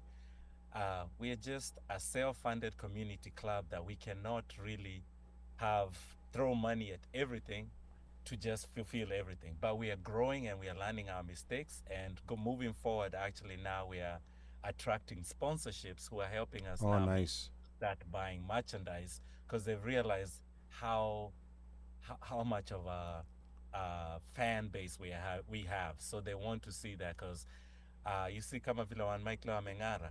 Yeah, I know. People are going around the country or even going around the world to every 7 stop, because majority of the people that travel to most of the 7 stops around the world are actually Kenya Exiles members. Kina Konye, yes, Kina Mo, Nani, our water, they're all members of, because what people don't realize, you're automatically a Kenya Exile if you live abroad and you love rugby. You're automatically a Kenya Exile. Say it again for the guy from Coast. Yeah, if you live abroad, you're automatically a Kenya Exile, because all you're doing is you're bringing Kenyan pride. You're bringing the Kenyan culture, and rugby is what connects us. So we are school teachers, we are professionals, we are everything you can want in life, but you are also a member of the crowd, because we are the cheering squad of Kenya team. Kama huyo mzee wa Michigan huyo. Yeah. So ukisikia kama sasa hiyo LA stand, all those are Kenyan. If they live abroad, all those are Kenya Exiles. So now, LA, we cannot sell merchandise because that is a controlled environment. Yes. Because Wild Rugby Shop and other sponsors that we hooked up with Wild Rugby can do that. Now, Cape Fear is a local tournament. Sisi kazi yetu, once we are allowed to come to vend, tuna ekatuka hema, and if we have any leftover money to buy merchandise to come and sell, we come and sell. We also do invite our friends at Jamhuri Soccer, which is a local soccer team here in Atlanta. They also do one of their guys, Odipo, sells soccer merchandise, and he's like, "Am I allowed to come?" I'm like, "Yeah, come. This is a Kenyan thing." You mean Professor? Professor, yes. Okay. Professor Odipo. So we're like, "Yeah, come. There's nothing wrong with it. The more, the merrier." So we out there, we just push each other. We are here to support each other. Doesn't matter. It's not just rugby. We are here to support the Kenyan community. Sasa the other part is, this is a sporting event. Kama unauzanga vitenge, I'm sorry, hazitauzika. Not unless you're Jakadadi. Not unless you're Jakadadi. So you have to realize, he's also an exile. Yeah, he's an exile, lakini anapenda kuvaa vitenge. Jakadadi. So there are things that I would say, yes, vendors are welcome, but you have to know what will sell in a sporting event. Now, majority of the people that buy our merchandise are actually not Kenyans. Remember, that is interesting. Yes. Over 60 teams in Wilmington. Yes. Okay. Kenya as a country is so loved in the rugby world. Yes. That anything that says Kenya, inauza, inajiuza. Last year and the year before last. So yes. That's quite interesting, like for too, because they want to be able to go to like LA7's ameva shati. Yes, inasema like Kenya. Inasema Kenya. Anataka tu inaenda Kenya, aende kwa stand ya Kenya aseme hata mia ichia. And they show us and they tag us online all the time when they're in the gym, because we sell what we call training outfits, or the replicas of what we wear on the field. So you can actually be an everyday item for you that you can actually enjoy every day when you're going out to do any athletic or anything that is outdoor. You'll be able to enjoy the merchandise. Kama Benny, sasa the jersey that you're wearing, that outfit that you're wearing right now, is it going to be available that weekend? Ndio watu wajipange Ama guys can start, or you want us to give you our sizes now? Ama guys need to start. That you, I see the look on your face because we handle up before the show started. No, order iko China. And vile tariffs. Tariffs na nini. The way the tariffs are set up. The way tariffs are set up kabla ifike, alafu when it fikas will be good. But what we've done, we've actually started. We are almost finished our merchandise website, KenyaExiles.com. Oh, good. Yes. Okay. Good. So eventually we'll have everything online. And also we are also going to finish our team website. So we're going to have two different websites. Our merchandise website is KenyaExiles.com. Our other website is KenyaExiles.org, which puts us all together, the players, the fans, everybody together. Okay. They're all under the same umbrella. So even the merchandise for us is different because remember we are self-funded. The reason we started building this merchandise part is because we can't support ourselves every year back to back where we're just bleeding money out of our pockets. So we started something that can be able to at least subsidize. Some of the guys who are coming in from Kenya, they're brand new in the country. Sikama Hapa Omosha has been here since 1950. Sani, usiseme kitu. By the way, Benny, you're being corrected over here, and I think I agree with Lauren Kagwe over here. Vitenge zinaweza fanya shirt poa ya Exile. Mademu akivaa vitenge hatuta complain. Is Lauren gonna be there? Yeah, and you know actually ama aje Sistuki and Sam. No, but now you know there's been also a lot of comments that were coming in while we're talking. Ruth anatusikiza all the way from Kenya. By the way, she set an alarm. I set my alarm to catch you guys. This is interesting. I now want to go watch a rugby game. Talk to you soon. And she's in Kenya. She's in the right space. Yes. She just needs to go to Impala, Queens, whichever. Go watch a game. And then Caleb Tanui says when we played back then, there was a Pacific Island team made up of Samoans, Fijians that played, and I believe the British Army played in that tournament before. So Caleb Nimse, I think, 2000 and I think 1999 huko 1998. Okay. I'm just joking though. Okay, and then Anita Panasema, my question is, despite the sherehe, is it a competitive tournament to make it my worthwhile? Do we have teams from the southern hemisphere? I'm more interested in the field action, and the sherehe is a bonus. Benny, 100%. I can answer that. Yeah. So as much as we're here, as many Kenyans as are here in America, so are the Samoans, so are the New Zealanders, so are the Fijians. So historically, Cape Fear used to have another team called Old Toe, which was made of nothing but the Pacific Islanders. And they're actually the most winning team in Cape Fear over the years. They haven't been since the pandemic, they have not been able to come back, but there's talks they're talking about bringing themselves back. I'm not sure if this is the year or maybe they're coming next year, but they are one of the best teams to play against. Because when the Islanders show up and the Kenyans show up, it's a showdown. It's electric. Sam will be our captain. Sam is going to be our captain. He's going to lead us into the fight. Yeah, and then we end up on the beach. We have a good time. Then we go back the next day, and it's always a vibe. I can tell you, it's a vibe. You have to be there, man. You have to be there.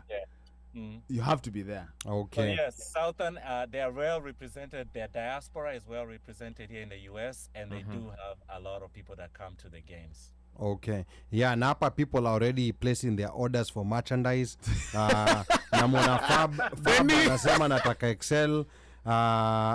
Steven JJ anasema nataka XXL na iwe true XXL. So people are already placing. Ya China. Yeah.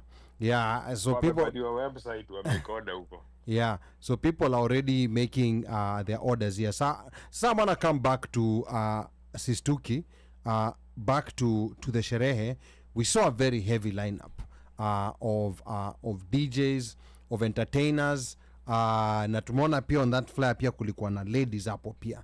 Talk to us about that lineup. Mix them, gather them. A mix them, gather them type of situation. Talk to us about that lineup. Who's gonna be performing when, so that people know hii kitu si mchezo. Sio mchezo. It is serious. Hakuna kuleta hakuna kuleta kazi ndani ya mchezo. It is serious business. Sistuki. Yeah, so mchezo iko kwa field. But kama entertainment ama kitandani. Endelea tu. Ignore you hapo, ignore that. The sentiments that were just nowhere near what Sunny said. Those sentiments are not associated with the one mic show. With Sunny. Hata kama ni Father's Day ndo unapewa ka gift ka Father's. Thank you Mika. Thank you Mika. Haya, sawa. Wacha Sunny atuelezee kuhusu hiyo lineup. A little historical part here is since last year when we started, I actually, along with partnering with Kenya Exiles, I've also partnered with DJ 𝒌𝒊𝒏. So 𝒌𝒊𝒏 is not just a DJ that we've brought on board. He's actually one of the partners in this whole endeavor that we're doing. What we have for DJ lineups, we have Ali. When you were reading the comments, you saw Pedro Ferian in the comment section. That's DJ Peddy out of Dallas. Okay. Oh, you're Pedro Keegan. Okay. DJ Peddy out of Dallas. He's been around for not too long, but he's making a lot of noise, and he's currently also, I believe, managed by Mzizi, who manages also 𝒌𝒊𝒏, and he's a very talented DJ with a very good work ethic. So we have DJ Peddy, who's going to be with us all weekend. We have Yahoo Edits, who has been an integral part of Kenya Exiles. Yeah, correct. For many years, when there was no sherehe, when the entertainment was haphazard, Yahoo Edits, being a Kenya Exile, was always on the field, volunteering his equipment and his time to entertain people on the field. Is he the one who used to be a shadow during Club COVID? Yeah. Yes. Okay. Yes. Okay.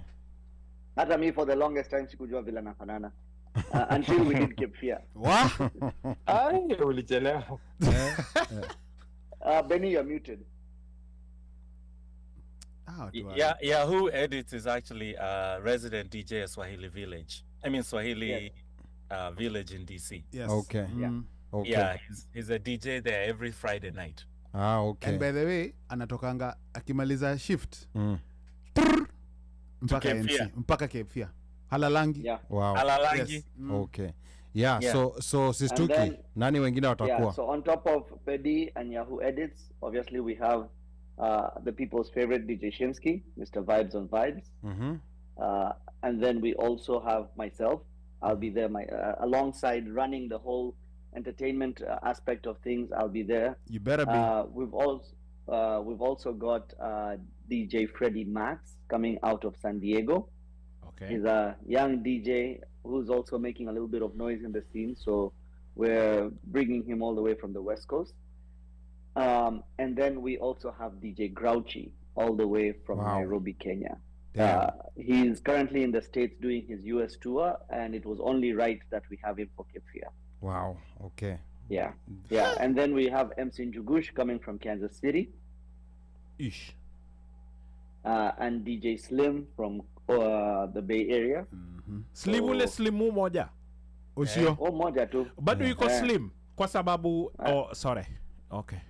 Go ahead. Hajafikisha XXL bado. Okay. Bado ni Slim. Yeah. Bado ni excess. Extra small. So now all these Sistuki, all these DJs, because kawaida with these Kenyan events, when unasikia, and these are heavy names, these are not, like your wale watu wanafanya trisex. These are heavy names, and even the ones who are upcoming are people who are already, like making a mark within within their own communities. So unasema our DJs wote, and all of them, there will be no another party on the side. Yani kila kitu itakuwa, everything is gonna be in the same place under one roof. Yes. Okay, because kawaida when you hear all these DJs in the same city, unajua there'll be like 3 parties a night. Four parties. Yeah. So here these DJs will be with you at the field. So there's DJs at the field. They'll be DJing at the field. Okay. We will be DJing at the after parties. We are moving as a team, as a unit. Nice. I so love we are that. not splitting at any given moment. Yeah. Now earlier when I said, and I think Benny had mentioned too, at the field, we're going from around 10 to around 3. Wow. That time frame. Yes. Right? At 3, we all take ourselves to the beach. Mm-hmm. And then we hang out at the beach till sundown, and then people go to embesha themselves and eat dinner and show up to the after party. Unless Ugali man fed you, then you don't need to eat. Pale rooftop, yes. Yeah. So now, how does the music experience work on the field?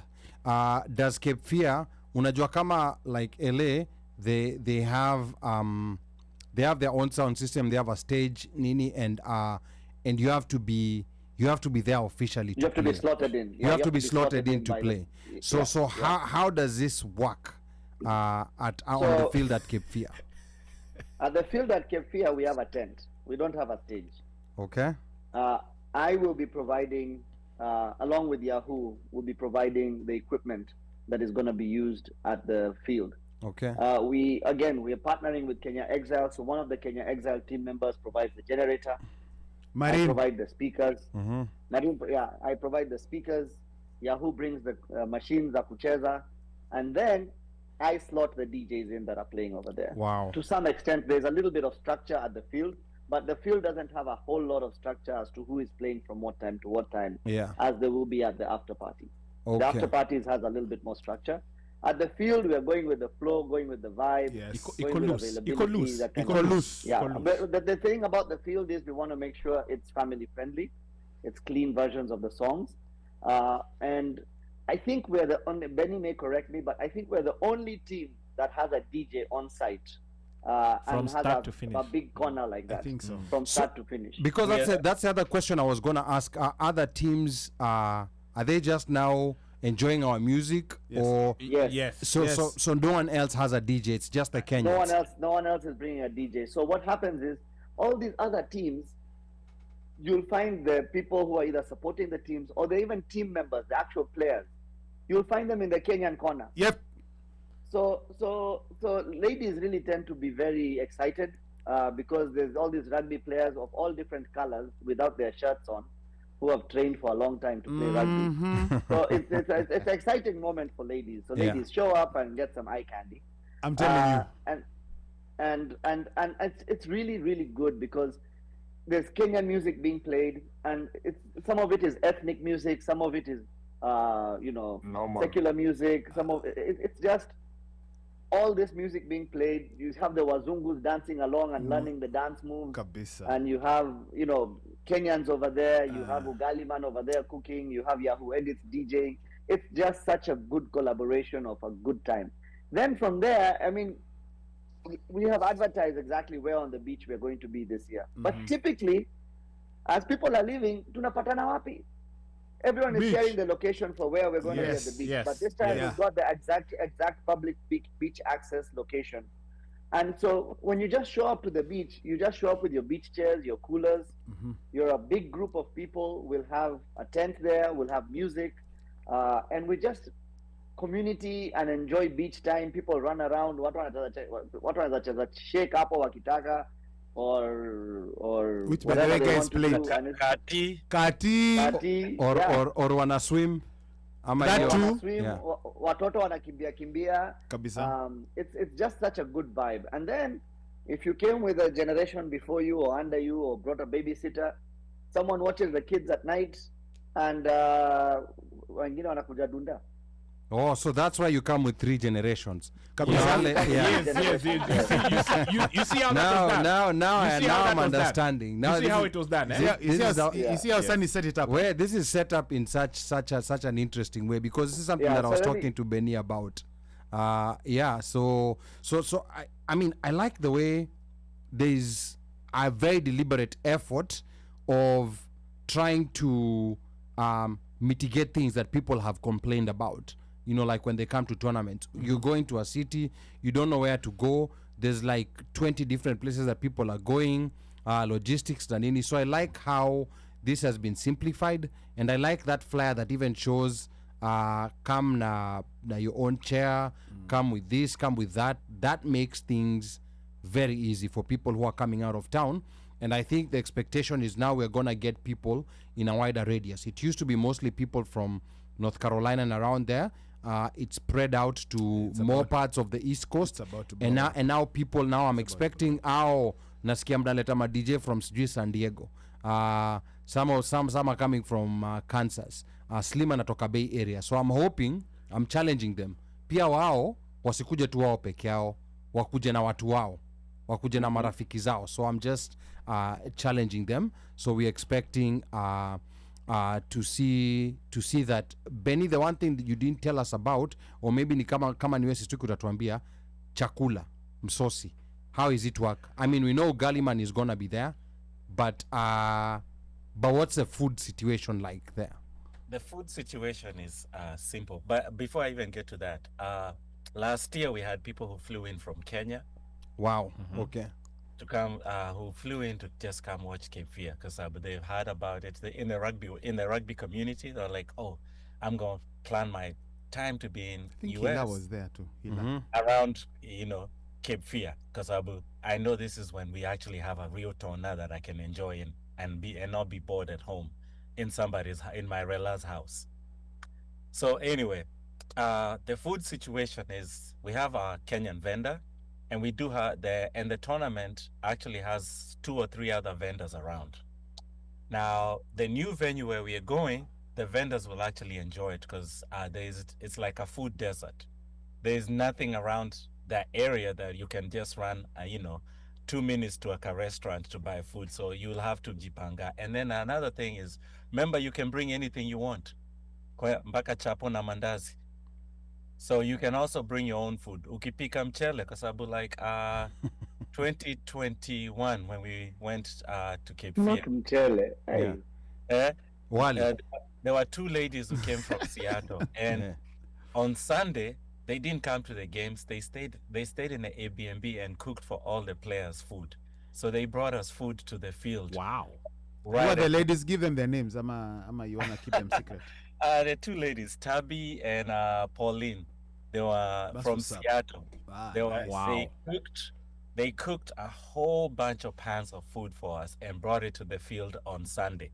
And say, ini ya nyinyi maplayer metu entertain, metufurahisha.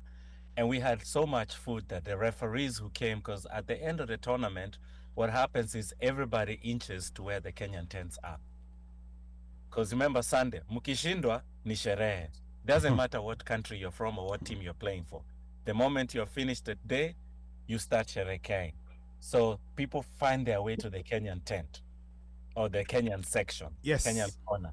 So once they start getting there, so imagine these people, these ladies went and cooked all this food. I mean, they cooked so much food that we were able to share it with everybody that was around after the players ate. Big shout out to the ladies. Big shout out. They did something great, and I'm still grateful for what they did back then. Okay, na hapa Lauren Kagwe alikuwa anauliza, asking for a friend, how many outfits do you need per day kutoka kwa fields, kwa beach na night party?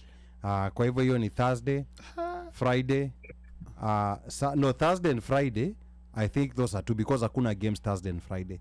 So maybe those are 2. And then Saturday and Sunday. Don't speak for Mama. Saturday and Sunday. Don't. No, see 3 plus 3 6. Don't 6 plus 4 is 10. Where Parkville utafeel comfortable. Thank you. Bro, trust me. Wacha nifanye hivi. Wacha tu niwapatie schedule. So mjipange na schedule. Please Sunny, hebu tuambie. Watu wakitravel wanasemanga India outfit ya asubuhi, ini ya afternoon. So Thursday ni karibu. People come in, some will come Friday, but those that are coming on Thursday, it's very good. You go, you check into your hotels. We're going to gather at the rooftop. There is no DJ playing at the rooftop. There is no cover charge at the rooftop for Thursday. It's free. It's a meet and greet. We'll have some DJ mixes playing, so we'll have familiar music.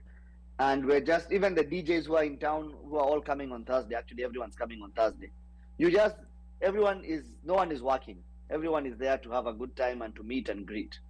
The rooftop has dedicated their space for us. So we'll be there on Thursday. Now, Friday, there's no games. So Friday, for those who want to play golf, there's a golf tournament, the second golf tournament organized by Konye. And I think we already have over 20 people registered to play golf on Friday morning. for the golfers. You hear that one, Mike? Eco golf. Iko mini golf. Ama ni ile golf. No, ni golf. No. It's an open, ni golf, it's an golf. open play golf with trophies. So there's a trophy for first place, second place. Longest drive, closest to the pin. Mnaambia huyu jamaa Na kama hujui kucheza golf, pia kuna trophy yako. Piga mingi bado iko hata hivi. Bokoishi, gomaishi. Participating trophy iko. Yeah. So those who are not going to be golfing, they can take their time, wake up late, go hang out at the beach.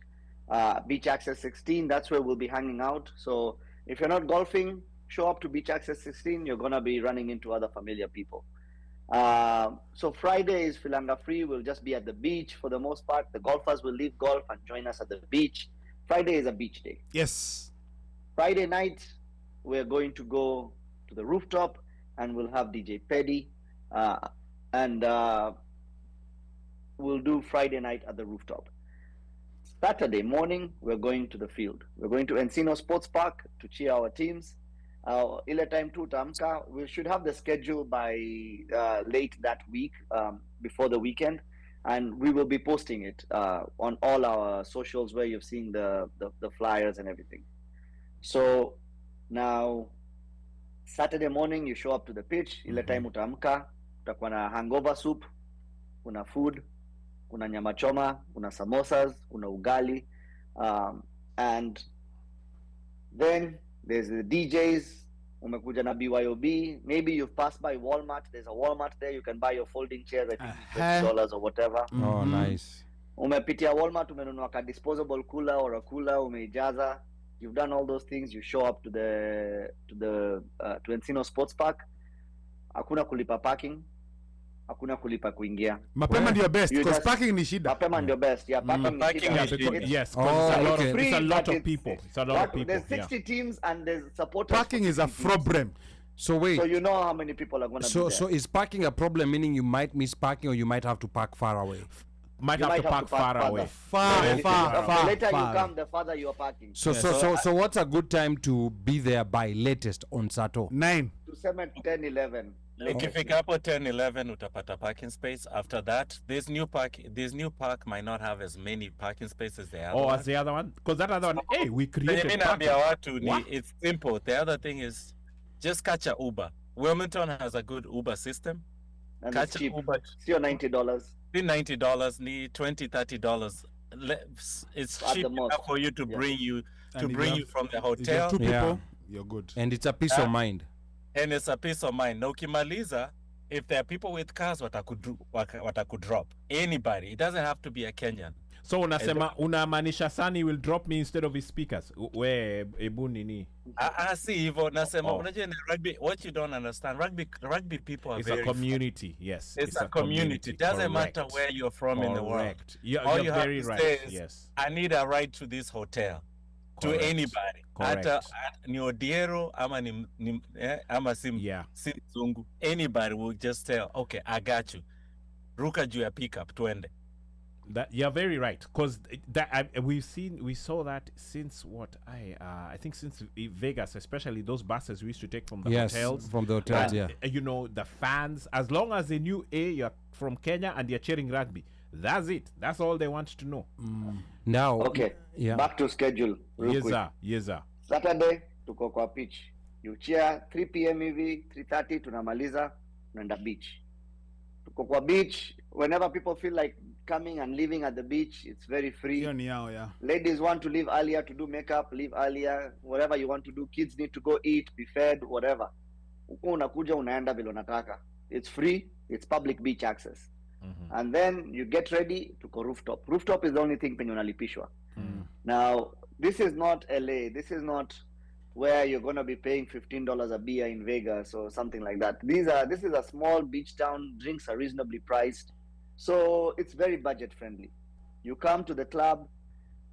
The rooftop itself, it's not like secluded, watu wa VIP wako pale, watu wa nini wako pale. No. There's places for people to sit that people can reserve. But at the end of the day, kila mtu, we're in one big place and it's a one big community. Okay. Yeah. You have a partner. Yeah? You have a partner right there. Ah. Yeah. Hi, Oh hi- yes. hi, yes. partner. This is my daughter is here with me, so okay. Hi. she doesn't hear you because I'm on AirPods. But Okay. Msalimie sana. Mm, yeah, okay. yeah. But anyway, so then that's Saturday. Mm. Sunday we're doing again morning. We go to the pitch. Yes. We cheer the teams. Uh-huh. When it ends at 3, Sunday hakuna beach. Mshakula beach Friday na Saturday. Rooftop. Sunday tuko na day party that will end around midnight. Around 11 to midnight. Kaenda. How is that a day party? Day party. Because how? tunaanza 4 5 p.m. Tunaanza 5 p.m. So unajua the sun is out till 9. Thank so you. Daytime bado. Correct. It's correct. daytime. Yeah. Okay. So Sunday we're not going to go to the beach after the field. From the field you go, you rembesha yourself. You come straight to the rooftop, and then the rooftop doesn't have strict dress code policies like a lot of these high-end clubs in other cities. So you show up in your shorts. You can dress up. You have your rugby jersey. You have all that stuff. So what Tusker Director of t-shirts? photography. Yes. What Tusker t-shirts are safe? Watu wa Tusker t-shirts are safe. And to you are dress so up bolting. and You are so bling out, bolting. Eh? you can dress up and bling out. If you feel like being very casual, you can be very casual. Yeah. This is a beach town, like I said. This is a beach town. People show up. There's people in shorts everywhere. There's people in tank tops everywhere. So it's not a very strict dress code policy. It's Okay. just a feel good vibe overall. Wow, na Hiyo Lore- mutanishangaa ninatembea Let's bila wave to her. Yeah. Let's wave to her. Hi, how you doing? Yeah. In fact, So let me Apa Lauren Kagwe is getting so excited, all the way from Texas. Anasema we are currently packing our suitcases because mambo imeiva at golf pier. okay. So Utajua ujui. yes, so Lauren Kagwe, we expect to see you there. We'll be very excited. Ukuja na watu wa kutoka Texas. Sunny, what's your daughter's name? My daughter's name is Zoe. Hi, Zoe. Zozo. Zozo. Ngoja. Atuski. Ngoja diwa- Yeah. Atuski? ni watu wa- Atuski. Oh, Yeah. Okay, sasa yeah. Zozo. Hi, Zoe. Hi, Zoe. Hi, how you doing? Good. Good? Are you going to play rugby on Cape Fear weekend? Are you going to play rugby? Yes. Okay. good. Okay. Great. All right. That's good. That's good. And you're going to What coach? is Daddy gonna do over there? Is Daddy gonna DJ? Yeah. Yeah. Okay. Are you going to help Daddy DJ? No. No, I like the honesty. And then I she like the walks honesty. away. She's like, Yeah, no, I no, like no. that. Yeah. This Yeah. DJ can DJ on his own. Hiyo si kazi yangu. Hiyo si kazi. Sasa acha turudi kwa Sam kidogo, like let's talk rugby a bit because there's certain things that are not easy to ignore that have been happening Haya. within the Kenyan rugby scene. Haya. Please, Nauto boy. Yes. Siogope. Yes, so We want the juice. I mean, over here, I know that there was a resignation of the Kenya Rugby Union chairman, Sasha Mutai.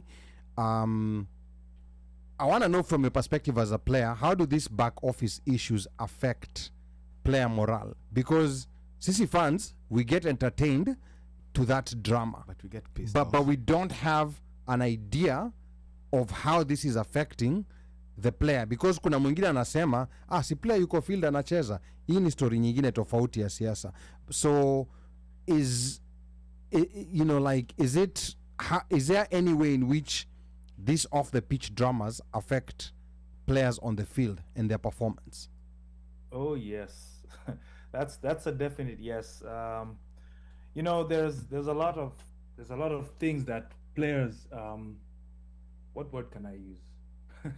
Do they shelve it so that they can put up a show to just to perform? The first thing, we love playing rugby. Anyone, even Benny will tell you when he used to play, we do this for free. Typically, we do it for free. But what we would like to happen is, if you say you are going to compensate players to play because they're doing this at a high performance environment or they're representing the country, and you're saying you're going to compensate them, we want that to be fair compensation, right? If there's a breakdown of compensation, and this person is putting in time and saying, okay, this is my career now, this is what I'm going to focus on, then you see you're impoverishing a whole generation and a bloodline, so to say. Yes.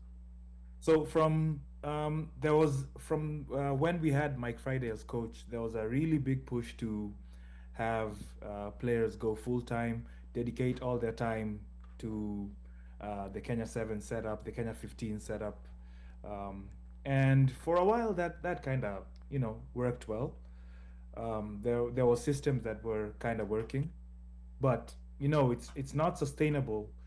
Like, you can't tell a young kid that, oh yeah, drop everything you're doing, or not even a young kid, someone who's just trying to build his you're 23-year-old, 24-year-old, you've just graduated college, you're trying to get your foot either in the job market, you're trying to get something, then the union, in this case the governing body, tells you, hey, drop everything that you're doing, do this for us, we think you're a good player, we will compensate you, and this is what we will pay you with.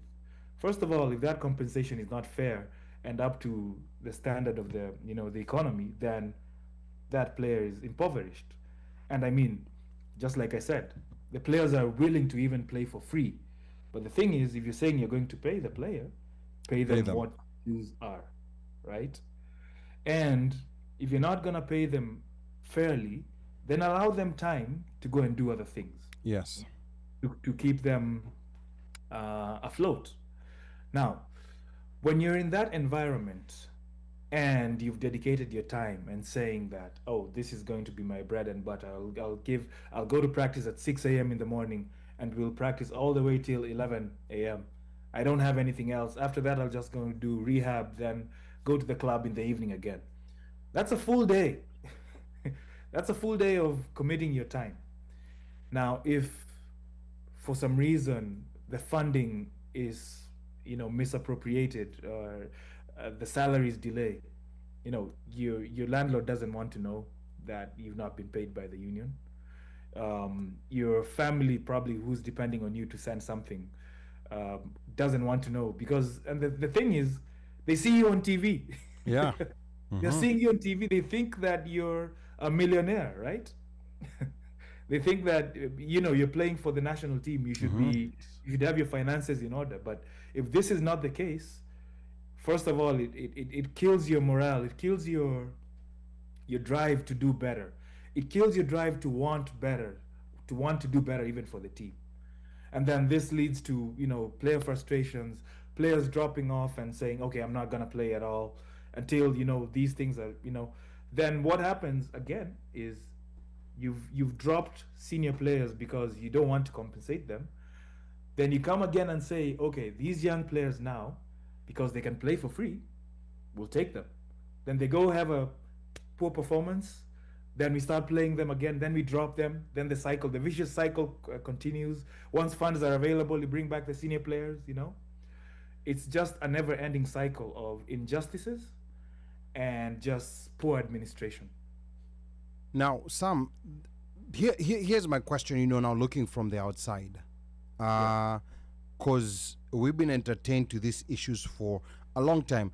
Even when the team was performing well, there was always chatter about some issues here and there, like money not making it to the accounts on time and stuff like that.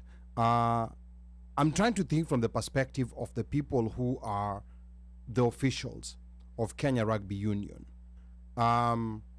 Is it a case of there's bad actors there present, or is it just a case of maybe incompetence, or is this a case of like good old embezzlement?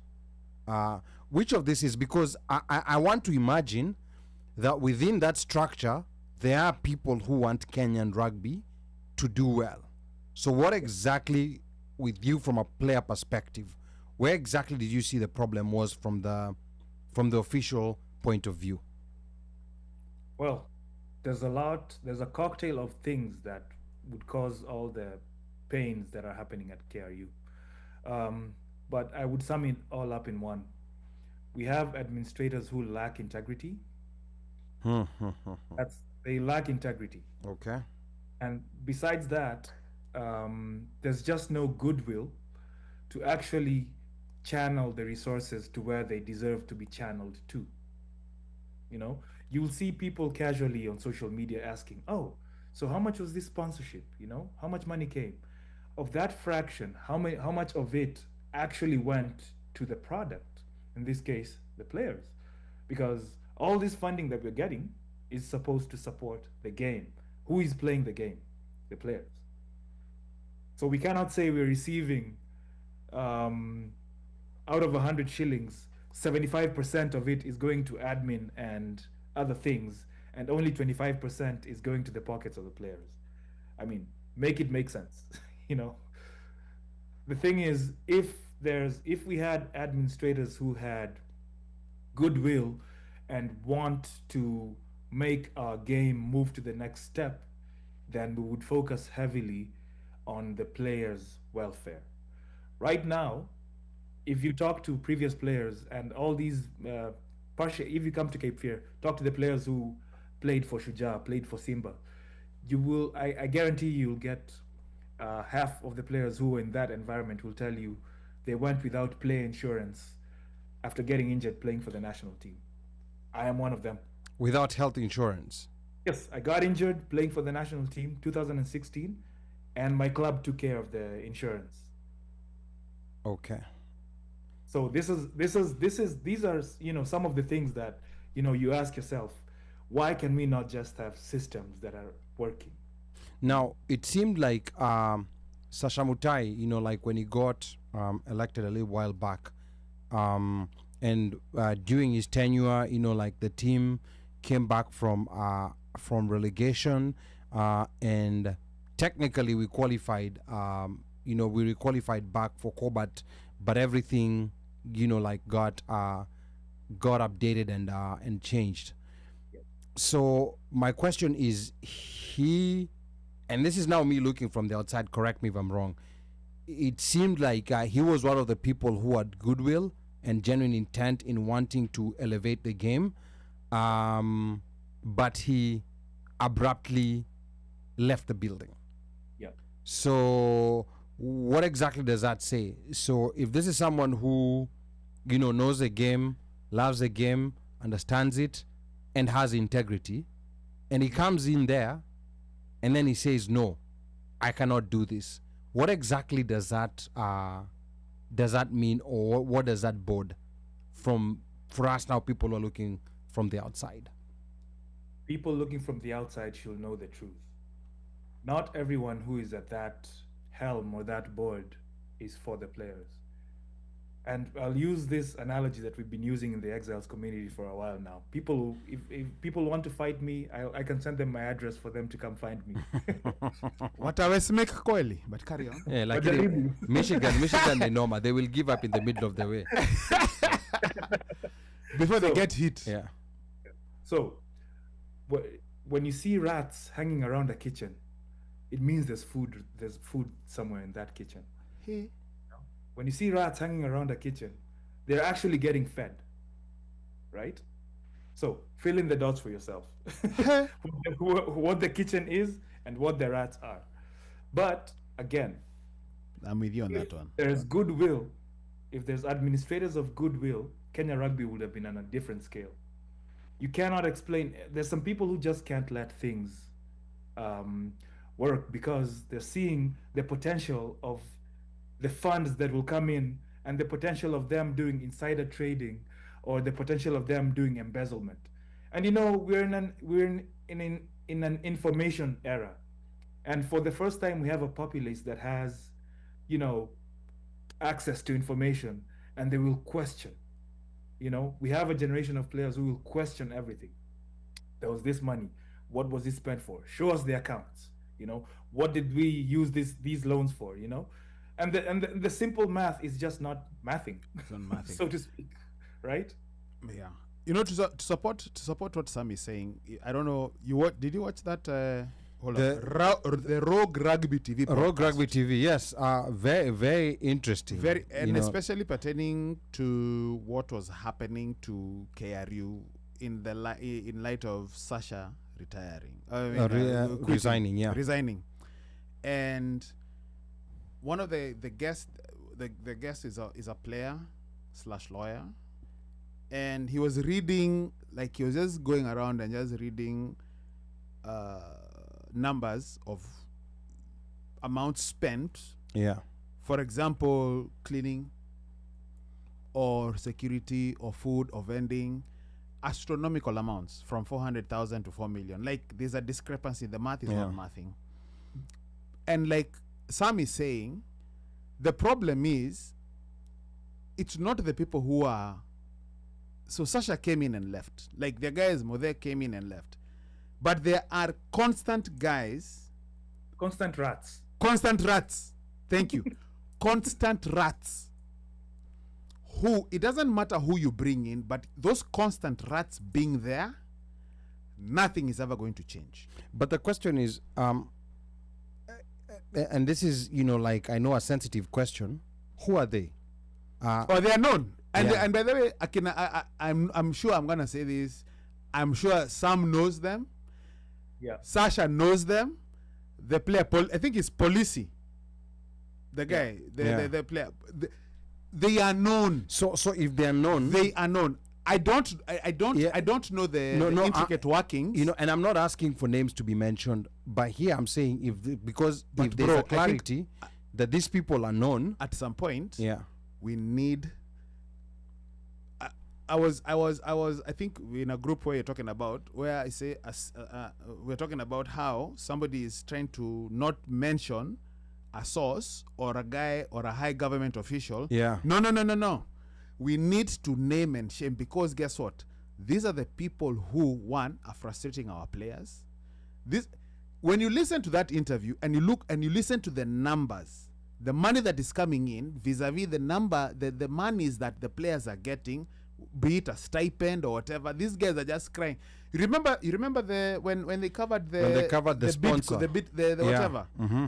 Those are the things we are talking about. We are enjoying the game that is being played. However, there are scroungers. There are rats. You know what? There are rats who have the bubonic plague in them that are fucking up the game. Now, let me give you a simple example. Yes. How much was allocated to cleaning? 400. Okay, in one estimate it was 400,000 whatever, but then in a revised estimate it was like 4 million, right or wrong? How? Wait. Even if you say 400,000 Kenya shillings, 4 million, we know what needs to be cleaned at KRU. We know all the kit that needs to be cleaned. All the players know that one mama who cleans all the kit at KRU. I guarantee you, she's not a millionaire. There's one lady, and I think she brings her daughter. And when you go to Queens, you'll see her washing all the kits that maybe Shujai has just come from tour. You'll see them, and her daughter or a friend washing the jerseys. Not a millionaire. Yeah, and that is not a millionaire. And that is why that is why I will always put the onus on the former rugby players to call out, because again, the rats are there. No, you can see the rats. Yeah, but they're not. They're not saying that Ali is the rat that is eating. Yeah, but my question, Sam, here is, how powerful are these people? Very. I mean, if they're known, and this thing has been talked about, it's been talked about to the highest levels. Like in government, at the ministry, in parliament. At some point, this got to the president when Uhuru was president. It's been talked about to the question is, how powerful are these guys to the point that a chairman who was taking us in the right direction was now forced to resign because of a few people.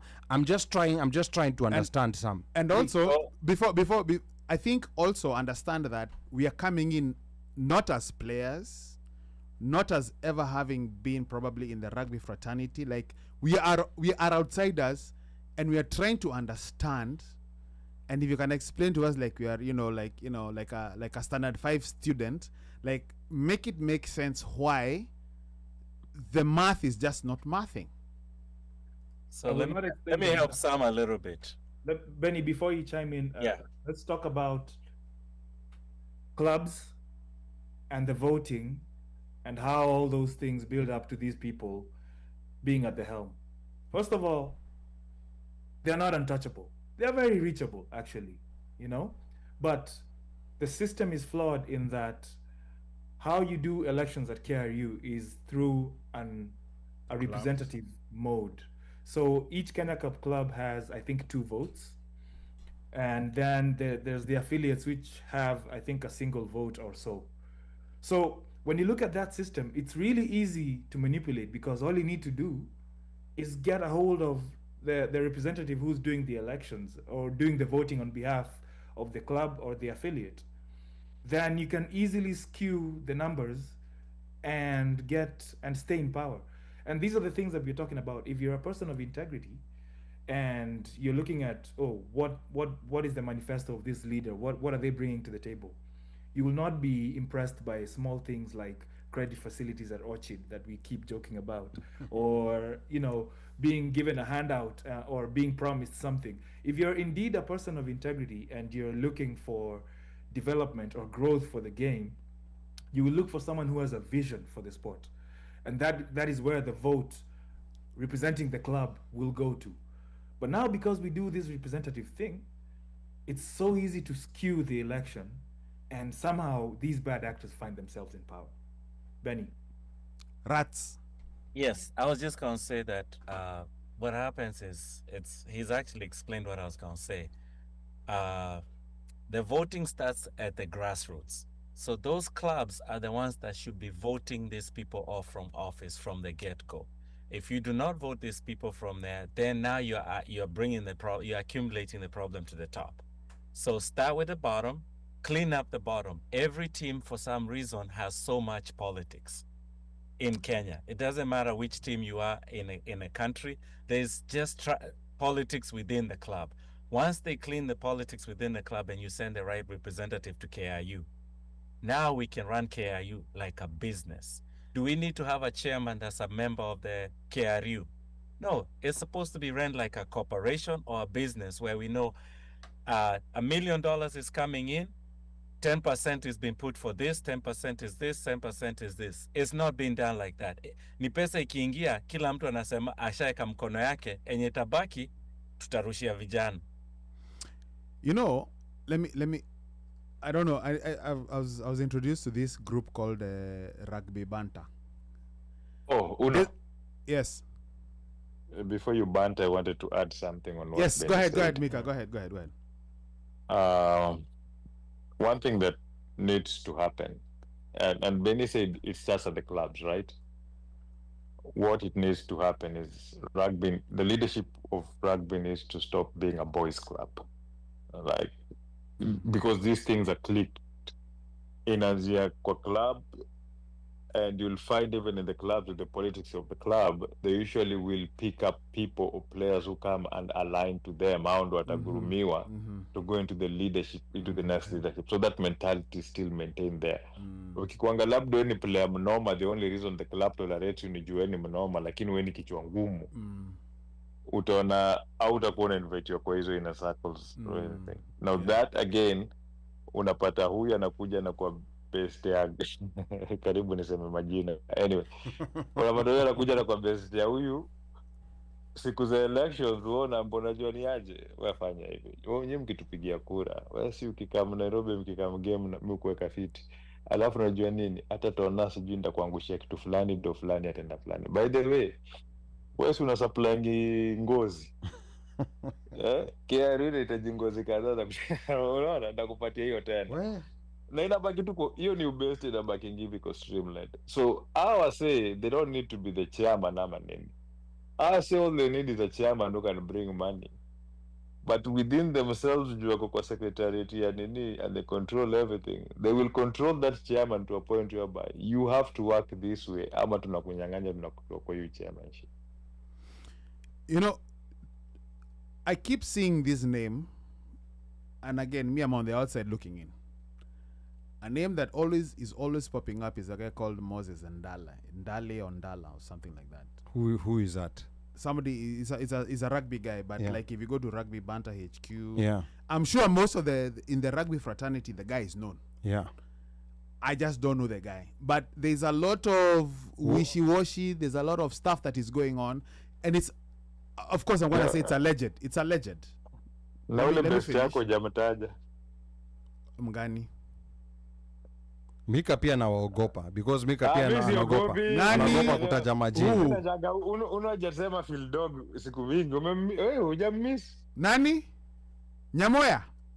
Field dog, your friend. Field dog. You know. No, Philip Jalango. Oh, I haven't seen that name. Hata pia mimi jina sijaona in a while.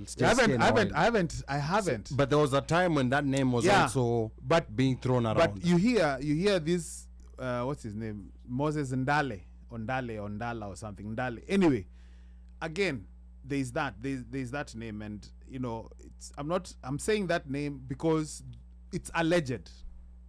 Let me preface that by saying it's alleged. So mentioning names, but also it's important to root out the cancer that is If you just really want to know, Uno, it's messing simple. up the game. It's simple. The people who have been in the board of the KRU and who have been the secretary of the KRU, their names are public. If you just want to see, just look at people who have held various positions in between. You know, you can only hold 2 terms as maybe the secretary, then you vie for in another position in the board. The rats. Just go look for people who have survived. worked under more than 2-3 chairmen, and then you'll know the people who are the problem in the union. And by the way, that came It's simple as that. And as some say, they're very easily accessible. And the only thing is, if really there was a want to reform rugby, is get to the grassroots, whichever team you're a part of, and put good leadership in your team who have integrity, and this cancer will stop that we have. All I'm gonna say is this. I think the rugby fraternity needs just to call out guys and just call out. Let's say, you know what, we are tired of this, because that policy guy, when in that rugby Rogue Rugby TV podcast, he said he does not want his kids to go through what he has gone through. Yes, absolutely. And that's He very does not sad. want. Yeah. And that in itself is such a strong statement, in that, you know what, liwe liwalo, I may Nash not getting called up for the national team. Yeah. I may Nash being excluded from the 7th team or the 15s or whatever it is. But if whatever I say is going to allow for the young bucks that are coming behind to flourish, liwe liwalo. Okay. And I'll leave it at that. All right. Before we go back to a couple of comments were coming in here while we were speaking. 𝒉𝒐𝒊 anasema big up to Benny, to all you do for Kenya Exiles Rugby. By the way, kabisa, and the man. game as a whole. Big up to the OneMic show, to all the interest information you've generated around the game. Big up to Sunny and the entertainment crew. And then Apa Lauren anasema, I wonder if the rugby team can have shareholders, diaspora supporters on board, or owner, like team owners with Kenyan identity, like Texans is for Houston but have owner but plays for Houston. Benny? Yeah, so Benny, this is an interesting question, you know, like because it seems there's a monopoly of ownership of the rugby clubs in Kenya. I don't know if there's any rugby club that has public ownership per se. Benny? So, to my best of my understanding, you have teams that have been created, like with people who have money, like Menengai Oilers in Nakuru is ran by a Muindi. That are, you know, Menengai Oilers and Top Fry, it's the same people in Cabras. It's the same family that has come in to sponsor this, and they run the club the way they feel fit because they can do it. But we gotta remember, NFL is a closed, structured model of sport, meaning NFL office controls how many teams can be in it, what they can do, and they do that. Now you have like the open structure, which is like how soccer like in Europe is. There's tier system or how to go up and down, relegation and nini, and that's more like what we need in Kenya. Open, because we have so many teams that we cannot have a closed league where it only allows like so many teams, kwa sababu hiyo inamaanisha group of schools peke yao ndo watakuwa wanacheza. So to allow that openness and everything, we really need to go back to the grassroots and teach people how to be leaders. And then once we have those high integrity leaders to be in good positions, and then us as a community, we need to be able to support them to the point that these bad actors, these rats, when they start acting a fool, we get rid of them as quickly as possible. Ama tunasema skiza, huyo anafanya kazi vile inatakana ifae, toka huko, wacha kutuibia. We have to get to that root at the bottom. So by the time he gets to the national team, yes. Now here's a misconception. Kila mtu, is something about us as Kenyans. We allow things to be run by the government a lot. But KIU is a private entity. We need to run it like it's a corporation. It run smoothly and be able to run and be able to manage all its players. So like the way he's saying about his club had insurance. So come up America, there's one thing that's unique about rugby in America. The moment you declare you want to play in the US, you have to pay what they call SIP. I forget what it stands for, but it's really basically you're paying for insurance to play rugby in America, which all the players in the US are covered under the USA Rugby umbrella. So we are all registering to the national union as a player to play for your club. So now you get insurance benefits directly goes. They're not the best, but now they're able to go and ask for a group rate and under the insurance thing. But that is only situation in the US where we have to negotiate for insurance nanini. In Kenya has its own ways. So they have to find a way to do something that KIU becomes the umbrella and then it sips back down. Kwa sababu saizi, kila kitu is like it's like the chairman is like just a puppet at the top. He's just brought in to make us look good, get sponsorships, alafu sisi wenye tuko hapa nyuma yake tunajua huyu akituletea milioni 10, mimi hapo nimeshachota 5. Wow. You remember there's a time Hayange, when he got injured, it was a problem for him to get a surgery. problem for him to get, and he was injured playing for the He was national injured team. playing, and it I don't know what it took. Back, I think there was a lot of uproar. Then it was, no, tutamtibu. You remember that? No, I do remember that time. Yeah, so I think this is a problem that we generally have with sports in Kenya. Kenya is a very gifted country when it comes to sports. I think this is something that we take so much for granted. Right. And we do not understand how many, for example, like even college teams here in America just wish they had direct access to Kenya and people playing different sports. Because Kenya is the only country that can produce world-class long-distance runners and short-distance runners, and from 400 down to 100 meters. This is very rare. That. I don't think people quite understand this. And then the diversity of sports that we play, we are very good at rugby. People know us for athletics, track and field, but we're very good at rugby. Right. Like we're not your average rugby country. So. But even soccer, had it not been for some other than you. Yes, even soccer, if things are done right, we can be very good. Cricket, and then we were very good at cricket once. Volleyball. We have different DNAs. We have the DNA that will run long distances in Rift Valley province, and then we have the DNA that will play rugby. Yes. Like very strong people. Yes. In Western and Nyanza. Yes. What we have is actually super rare, and people do not understand that. But Ali, you've always also mentioned that if a person wants to make a movie, yes, and they want diversity, the best Kenya. place is Kenya, because you'll get ukitaka mwindi sani ndio huyo hapo, ndio sani yuko hapo na right hastuki immediately, hastuki. you don't even go far. Yes. So imagine you go to a place like Uganda, you may have trouble finding, but Kenya ukitaka anything, ukitaka mwindi, ukitaka mwarabu, ukitaka mzungu, ukitaka mika, yeah, anything, ukitaka mzungu wa rangi ya dhao, kuna Beni, ukitaka someone who's as dark as a Dinka, Mosh, yes, you know, you will find that. Yes. So it's a very rare thing that we have, and we take it for granted.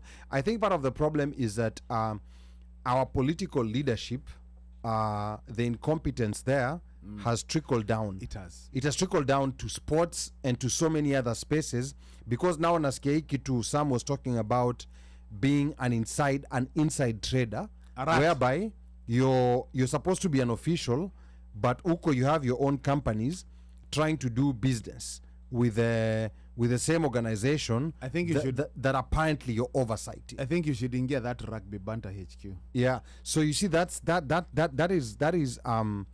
is very problematic, whereby you're now looking at your own welfare over looking at the welfare of players. Rona kama your example that he gave us of Mama Kufua, you know, like she's not a millionaire. So it was the amount was switched from 400,000 to maybe 4 million. 4 million, yeah. To 4 million. So there's someone who's pocketed, you know, like 3.6 million. Yes. At the expense of players, and I'm sure the numbers, at the expense of player development. The numbers are there. All they need to do is just say Ali Badawi is the one who got this contract. Yeah, na hapa Lauren anasema, by the way, tukimaliza story hii za rugby, guza maneno ya mashamba, kimewalamba tena, people never learn. But yeah, that's for another day. That's for another day. Yeah. Jeremy Damaris. This thing that Benny was talking about, the way they're doing it in the US, and what OneMic just said. So the SIPS, it's a CIPPS, is what you have to pay to play in the US. It's a club and individual participation program. Now, it basically also covers the players against injuries and stuff like that. So what that paying that SIP does is it does two things. One, it registers you to play rugby in the US, and two, it insures you under the insurance policies. So if things were done in that way, then you don't have to worry about players' injuries not getting covered by insurance policies and this and that. As long as you've paid to register to play, that's the one thing about the US. Everything, insurance has to cover everything one way or another. If there's someone that's going to get hurt, there's going to be an insurance policy for it, and that's how the US handles everything. But unfortunately, we don't do things like that in Kenya. Yeah, let me chime in to that. So if you go to Kenya right now and tell the rugby players of this generation that they have to pay to play, I guarantee you they'll not come to practice. Yeah, nobody will show up. Nobody will show up. Nobody will show up. So it's more of a cultural thing. But we can start small and say, hey, rugby is not going to make you rich. You know, you have to have something for yourself first. Because right now we have people thinking that rugby will make them rich. Then if it doesn't make them rich, they want to become officials so that they steal resources from the top. Rugby players make DJs. Everyone thinks you can DJ and become rich. Yeah. So, hey, I mean, even the first world rugby playing nations. Look at New Zealanders. McCoy is a pilot right now. You know, arguably the best back rower to of his time. He's a pilot. Like, you must have a plan, a backup plan after rugby, right? But if we take that away, and we make people live in this world of fantasy, thinking that they will somehow become rich from rugby, then this is how we get these rogue actors who have nothing or are struggling. Then they see a gap and are like, okay, if I can get into leadership, I can get myself to KRU, and I can do insider trading and become rich, right? And I partially blame the laissez-faire attitude that Kenya as Kenyans as people have towards leadership. You know, before sorry to digress, before last year and the Gen Z protest and everything, people my age were too cool to vote. You're too cool to care about politics, right? But now, because the pain is pressing everyone's butt, everyone, you know, wants to riot, everyone wants to do all these things, because they're realizing, wait, these politics actually directly affect us. Kabisa. Leadership at the club level has suffered the same fate for a long time. We have a bunch of, good old players, who have all the leadership and integrity values that we're talking about here. I mean, you can't say that all the clubs have players of no integrity, right? Integrity is one of the core values of rugby, right? It's a core value of rugby. So to see a union being run by people who lack integrity to that level, you start rats. You mean rats? Yes, but then you start looking. You take a step back. People of integrity took their time, gave their time and played. Then once they were done, they left. They left and never came back. And this is the problem that we're facing. So rugby needs people to come back and give back. You either give back as a coach, as an administrator, as strength and conditioning, physiotherapy, whatever you can do, or just even be there in the environment and mentor, right? But because we had a generation of players who just exited the scene, then rats see a gap. And what does it take to get into leadership at the club level right now? It's just raising my hand and saying, I want to get into KRU. I just need to raise my hand. I don't even need money. Now, once you get there and you get all these resources that you're siphoning out, then now it's hard to get you out of there, because now, you're already in the mix and nobody's going to take you there because nobody else is raising up their hand and saying, oh, I also want to be there. Oh, this person has done this. Everybody's just watching and saying, that doesn't affect me, so I will not waste my time. Now, this is what we need to change. Yeah, now, Sam, you bring a very interesting point that we've been talking about for so many years. The laissez-faire attitude that people have towards leadership, like, it's not going to affect me. When it's time when you're given an opportunity to make a selection, you're like, like it's not going to make a difference, so I'm not even going to go there, which is what happened in Kenya. Out here in the diaspora, like there was a lot of issues with IEBC, but they came out here, especially in the DMV, and when we were telling people, like go to the embassy and register, they're asking questions like, oh, why can't we, like vote by mail? Why isn't there online voting? I'm not going to go to the embassy. And then now, everyone out here in the diaspora is also crying because now the money that you have to send back home to people is way more than we're sending before, because the money you were sending for emergencies, but now you have to send for people to pay rent, for people to buy food. So that's the dilemma that I think rugby is in. And I think Sasha's resignation should be a moment where people should just stop and reflect. Is this how we want things to continue? We always seem to get to the edge, but we cannot get there because of mostly things that are happening off the field. It's not what's happening on the field. The people on the field are trying their best. They're risking, like getting an injury. Life and limb. Yeah, and there's no insurance. And by the way, the people on the field are the ones who are bringing the people out to watch them. Yes. These are the guys who are... We are going to watch... We are enjoying watching rugby because Akina Sam are playing. Yes, absolutely. When I get... Yeah. We're watching... These are the guys who are bringing us. And remember, this is the argument that we were having a while back, where we were saying it is the players that are making the Kenyans to come and congregate and whatever. Yeah. Just the same way, the exiles are the ones who are making us come, because guess what? Absolutely. They are playing. Because if those guys were not playing, if Akina Sam were not playing, if Akina Smurf were not playing, then Benny and Sani would not be having, something to come and tell us, come and watch rugby. It would just be another bash. But now we know that Akina Smurf are playing, some are playing. So those are the guys. Those guys, without those guys, we would not be having Cape Fear. Okay. There will not be a Kenya Exiles. Aya, sawa sawa. Sasa because time ndio hiyo hapo inaenda, I want to go back to the three of you. Maybe let me start with Benny. Kwa wale watu ambao weko 50-50 bado, they're like, me I don't know about Cape Fear. Me I'm gonna wait for LA7s next year.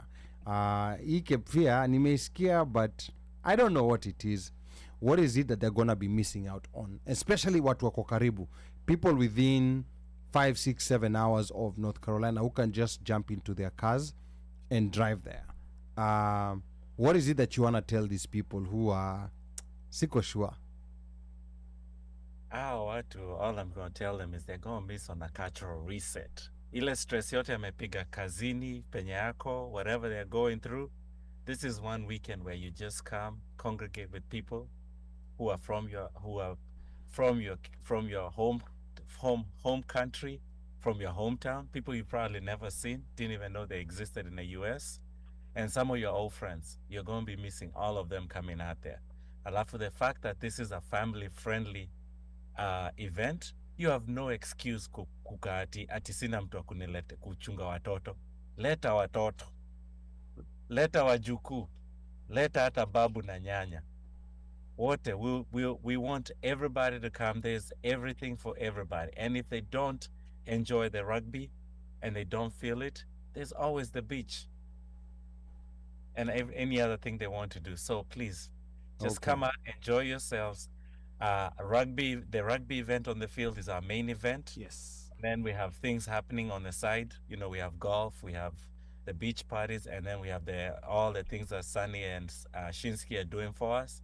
All those are all part of the whole event, but we encourage everybody just to come and congregate with the community, because we are is just a community that loves rugby, and we want to share the love of rugby with everybody else. Okay, Sam, from a player perspective, people who are 50-50, what message do you have to them? You know, like, ayuko sure niende nisiende? Unaona kama Anita asked a very interesting question, because she's a rugby, you know, like, yeah, she's about the game. Anauliza, yani hii ni tournament aina gani? Ni ile tu watu wanaenda kujibamba ama the game's competitive? What message do you have for people like Anita or others who would enjoy the field action? Well, this will be my second year going to Cape Fear. Last year was my first time to attend as a player. So I had the same questions, of course. And, you know, you're like, am I just going to waste my weekend, not play quality rugby? What's this going to be like? But this is a chance. This is a chance for you to, like, you have nothing to lose. We will tell you how good it is, but you have to bring yourself there. Avail yourself. If it's a disappointment, then we will try better next time. But again, there's so much on the side, like Benny has said, that you can decide to shift your mind and, you know, focus on. But mostly, it's the nostalgia. It's the family. That's what we're going for. The rugby and the parties will always be there, but the people are what makes Kenya, Kenya. Wow. Okay, that is amazing. And then Tabitha was asking, when is Cape Fear? So I don't know that Tabitha is also now catching that bag. It's okay. Just Anataka tell kuja. her. Maybe she. Okay. Yeah, She just came in. No, I'll let Sunny answer that question. And as Sunny answers that question, Pia, you know, like Pia Naya tuambie, you know, like the people who are 50-50, what is it that they're gonna be missing out on with as the daughter comes there to distract him? Wale watu wako 50-50, Sunny, kwanza give us the dates and then talk to the people who are 50-50. Okay, so the dates are June 26th, Thursday, to June 29th, Sunday. For those of you that are 50-50, I'm going to just say one thing. It's okay. This is what I want to tell you for those of you that are distracted. Yes. No. She don't want a DJ, but she wants to play rugby. But she wants to be. She don't want a DJ. Have you ever gone somewhere and go to mommy, baby, go to mommy. Have you ever gone somewhere and at the end of the experience, be it a show, a concert, a family gathering, whatever it is you went to, at the end of the experience, you just came back feeling fulfilled? Yes. Feeling like this was a it. really good experience. Yes. You know? And that's what we want to provide you. So usipokuja, you're shorting yourself a chance on fulfillment. Because what we are offering here as a group, as a team, is a chance to enjoy a community sport, to have family around, to have a vacation with the beach, it's summertime, and to dunda with friends, and then to have that community around you. Like, it's very rare that you'll find that kind of an atmosphere in any other situation. And if you live there not fulfilled, then hizo ni zako. Yeah, uko na issues ingine. Yeah. But this is one of those moments where ukirudi home on the flight back home on Monday or Sunday, or on the drive back home, you're just like, where? Hey, ilikuwa fire. This was nice. Yeah, this was, you know, you're gonna have that feel good moment. So if you want to feel fulfilled, kuja. Kama utakuka in the rat of life, kaa penye uko. Na hii hapa it's on a budget. Si kama LA. No $90 Uber rides. This is budget friendly. Yes. It's not a joke. Yes. And one mic. Yes. Whenever you get invited to an American party, you're told, come at 2, you know? Come at 2. We will eat at 2:30.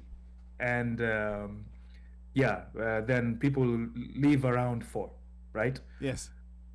What is the difference with that and a Kenyan community party? No. Let me answer that.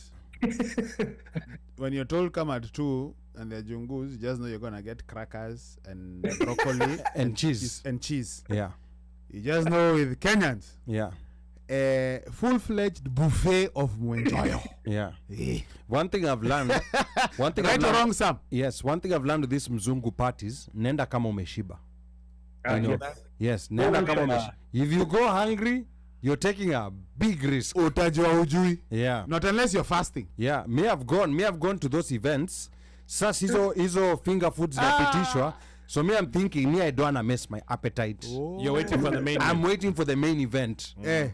Me on kwani these guys, kwani they keep passing this that is the main event. Crackers, nini. You're the main event. So, then I was like, talking about food, Ali, Ugali Man, aka Mukwasi, CPR Cuisine, he has a menu of food. We're gonna have this flyer out on Kenya Exile's page, my page, and everywhere. And if you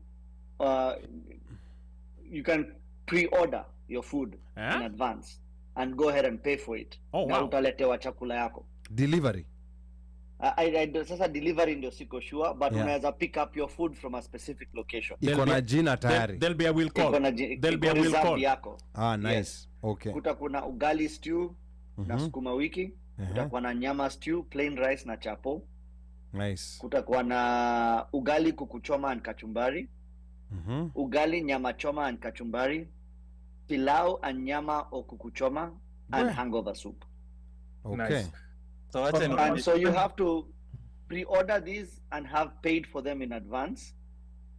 So I'll have some details for this on my Instagram at Sistuki and at Kenya Exiles, and then where to pay for the food, where to order, and the most expensive dish up on it $25. Wow. So all these combos are $25. It's good, healthy food, Kenyan food.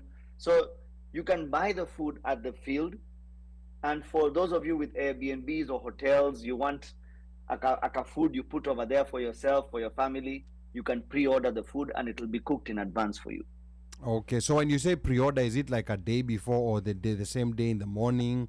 Or I think so I'm going to get the timings by tomorrow, but I believe the timings are you have to pre-order, I think, a few days before. Mokwasi, I think, is already started cooking now. Let me tell you, I am a recipient of that food. Yes.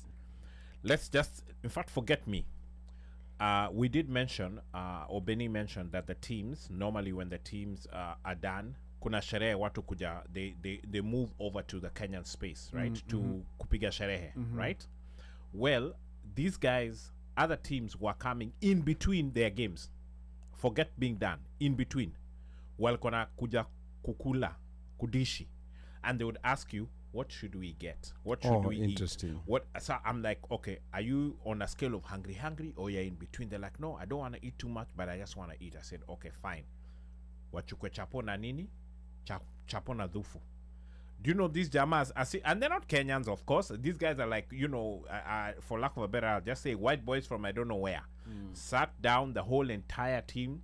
Wametoa maviatu, manini, they are barefoot, and they are eating that food. You think they were born yesterday eating nini.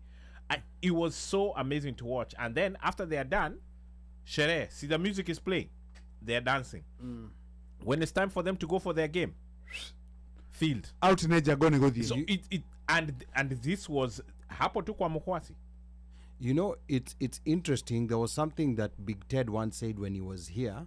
Yes. And I think sometimes those of us who are within these Kenyan spaces and take part in these Kenyan events consistently, we do not give ourselves enough credit as cultural ambassadors. No, we don't. As cultural ambassadors, no, yes. we don't. We yes. do not. We because surely do not. those Wazungus who came to eat there, Yes. that is probably their first time they've eaten Kenyan food. Correct. That is a lifetime experience. They will always keep talking about the Kenyans from that one They came particular back. experience. After their games were over, they actually now came back. And I will always say this: it is at that point in time, Kenyan music should be flowing. Wamekuja kwetu. We're not accommodating. It was flowing. Let's be honest. It was flowing. Akina Yahoo and Akina Brayo and then. Yeah, I remember when guys were going around in. And even Sunny was there, but I was seeing those videos as I was protesting. Sunny was on the ones and twos. As I was protesting huku in DC, bro, I was seeing those videos. Musingoje kusimuliwa. It was I'll a just good time. just leave it at A that. good time was had. The music is always there. Kuna ngoma za mabega, kuna ngoma za kila kitu zinachezwa the whole time. Cha muhimu Benny ni Kenyans don't leave the bash. They don't. No, they don't. This is why everybody came to our tent. Yeah. Kenyans never leave the party. We they just don't. You know, this is the difference between a white party and a Kenyan party. Kenyans are gonna leave a party because Kenyan team is playing. They'll go cheer. Yeah, and then they'll go back. And then if they find a very cute ladies team playing, we'll go support. Then we'll come back. Colombia. Colombia. Colombia. ¿Cómo estás, amigos? ¿Todo tranquilo? Yeah. Muy carajo. Todo. No, so, yeah, it's a very interesting dynamics because one of the things feedback I got last year was the soup. They had never drank our soup. So a lot of people for breakfast, Mkwasi had the soup ready for breakfast at 10 a.m. kwa uwanja. Kuna watu, so you remember there are different divisions of rugby. Yes. Correct. So the elite level, those guys are very disciplined. They're supposed to be because they know they have something to win. Now, all the other divisions are there to enjoy rugby, play it for mwenjoyo. So they will go out the night before, alafu wanaambio ini hangover soup. Laini ya supu inakuanga mrefu sana asubuhi. It sure is. Kwa sababu watu wanataka hangover soup. And once a couple of people start drinking the hangover soup, wanasema, hey, hii kitu imenisaidia sana as a sukuma ball. Correct. Now this is quite interesting. I think the deliberations you guys have made, you have to be there. And I'm sure this has changed. Are you convinced to convince yourself to go? Yeah, you know, like Appa, we were discussing last year. I was to come last year, but then the Gen Z protests happened. We split. Yeah, and we split, and some of us had to stay here because we were doing stuff, and we're about to come to that 1 year anniversary. A lot of rage happening in Kenya. Yes. We know there was a Kenyan who was killed, and legitimate Albert. rage. Yeah, Albert. And you see, this rage has spilled over to sports and entertainment. In LA, people were shouting "must go" when Bien was performing in DC. The first show in his tour, "must go." It was being shouted here in the DMV. So these are things that we can no longer ignore, because if they're affecting Kenyans, they are affecting us directly in our pocketbooks. I'm sure all of you, like send money back home. And I'm sure you've been looking and seeing, like that number that's going back, it's slowly ticking up and ticking up and ticking up. So one area where I'm going to challenge Exiles, because you have a very large following, is that when voter registration comes to the US, this time I'm not going to be kind to people. Like especially those people who have influence within the community. I'll be coming to you directly. Ndakuja kwako Sani, ndakuja kwako Benny, ndakuja kwako Sam, whatever sphere of influence, whether it's 3 people, your family, or whether it's 300 people that you can bring in.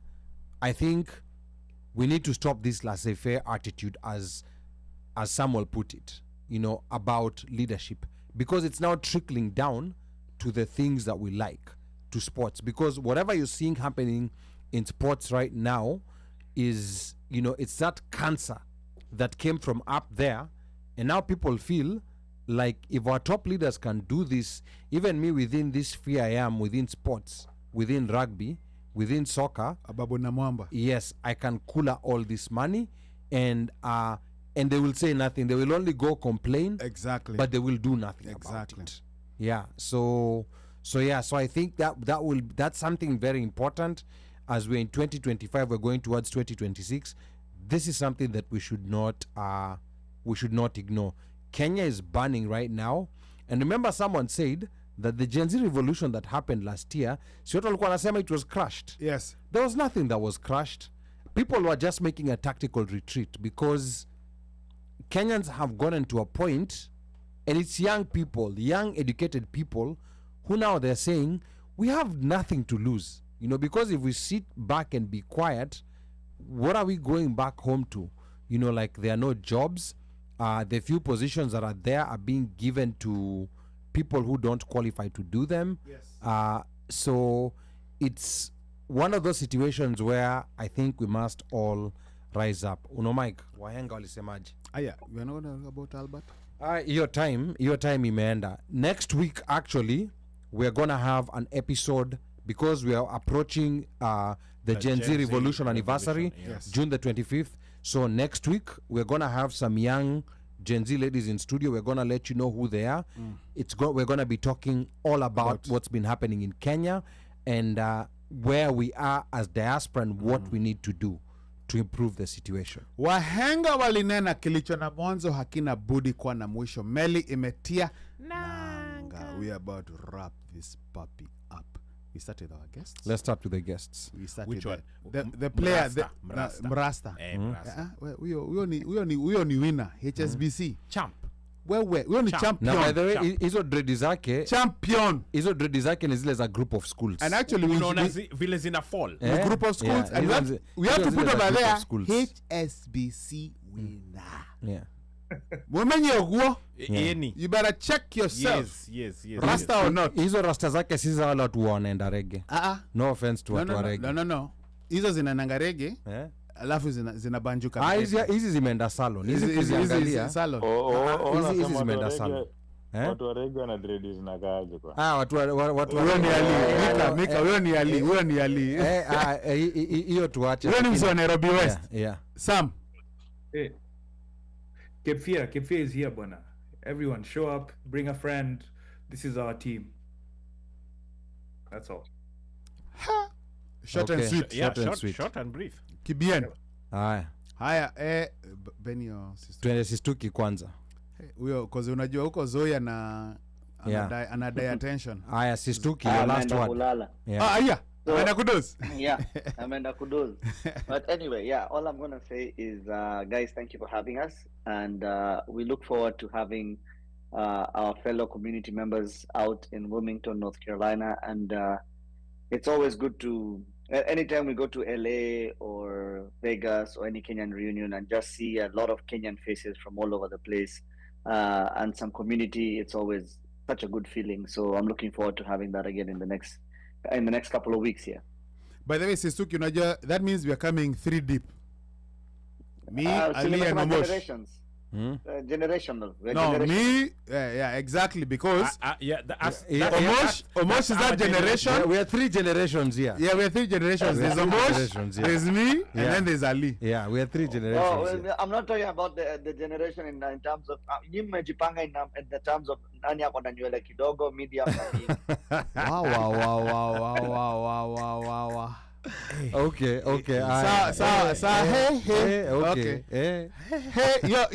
Hiyo imekuja. Hiyo hapa cut imekuja na imefit perfectly. Umeona vile imekam? Imefit perfectly. Kwa kategori zote Omosha anashinda uzee na unywele. Kuna reason hatuoni Mika. I'm fit hapo categorically. Mika Okay. amechapa. Mika Yeah. amechapa. Okay, okay, Benny, tumalizie kadhaa. God damn, Sunny. Well, Ametuchoma. thank you guys for having us. I want to thank 𝒔𝒕𝒂𝒄, Montari for also coming out and representing all the players who all can make it to the show, but I'm sure they're listening. And everybody that's planning to come for the Kenya Exile. We really, really appreciate you guys because you are the people that support us. You're the people that send us donations when we need them the most. So you do everything for us, and we are very grateful for it, and we don't want you to get tired of doing it. So we just gonna try to give something to you guys to show appreciation on the field by playing very well, hopefully. Hata kama sisi ushindo kucheza on Sunday. And then obviously everybody coming out, the parties and everything, and just getting to know each other and getting to meet each other. All that. I'm just grateful for all that together. Benny, in a minute, si unaweza tupatia roster? Naweza wapatia roster. At least ndio akina Smurf. Ngoja nifungue penye nimeingia. Wajulikane majina. As for the older guys, squad ina watu wangapi? What's the total number? So at the moment we have a player pool of about 20 people. Okay. Both on both sides. No. In total. Mi uongea tu juu ya vijana. Wazalendo wajisort. Wanajipanga. Wazalendo ndo OneMic anaweza tokea kwa squad. Wewe Mika. OneMic told you. hapo. Guy, I told you you 1 minute. Forget 2 minutes. Mika alisema 2 minutes. I'll just give 1 minute and niko fiti. OneMic anaingia Wazalendo 2.0. Sasa unasikia umse ananilima from all angles. No, today is on fire. Today is on fire. Kwanza Zoe ameenda kudoze. Sasa now he's free. Amejiachilia. Now he's a free man. Iondoma has nothing on this guy. So our team compromises of majority Kenyans. We also invite other nationalities. So we have a Ugandan. Okay. And we also have Americans. Okay. So nitaanza from the top to bottom of the names. They have no significance on their names, ni vile tumeka tu kwa list. Yes. Kuna Eric Ombasa, who played for Shujaa. We have Daniel Abonji, who played for Chipo. Tom Mumasi, who also played for Shujaa. Sam Ngede, or as you guys were calling him, Smurf. Allah. That's his real name. Ngede. Ngede. Ate alicheza na Shujaa. Then you have Montari. Everybody knows that. Then we have Mark Kwemoi. Ate alicheza na Shujaa. Then our Ugandan scrum half, Kevin Kamundo, famously known as Jeshi. Okay. Nobody knows exactly where he got the name. Lakini tunamwitanga tu Jeshi. He also played for the Uganda national sevens team. Nice. Derek Kayoga, he also played with Shujaa. Then you have Lucas Obara or Atito. He played club rugby. He played for Nakuru team. Then you have let me see here, Brian Ogati. He also played for, I think he played for Kisumu.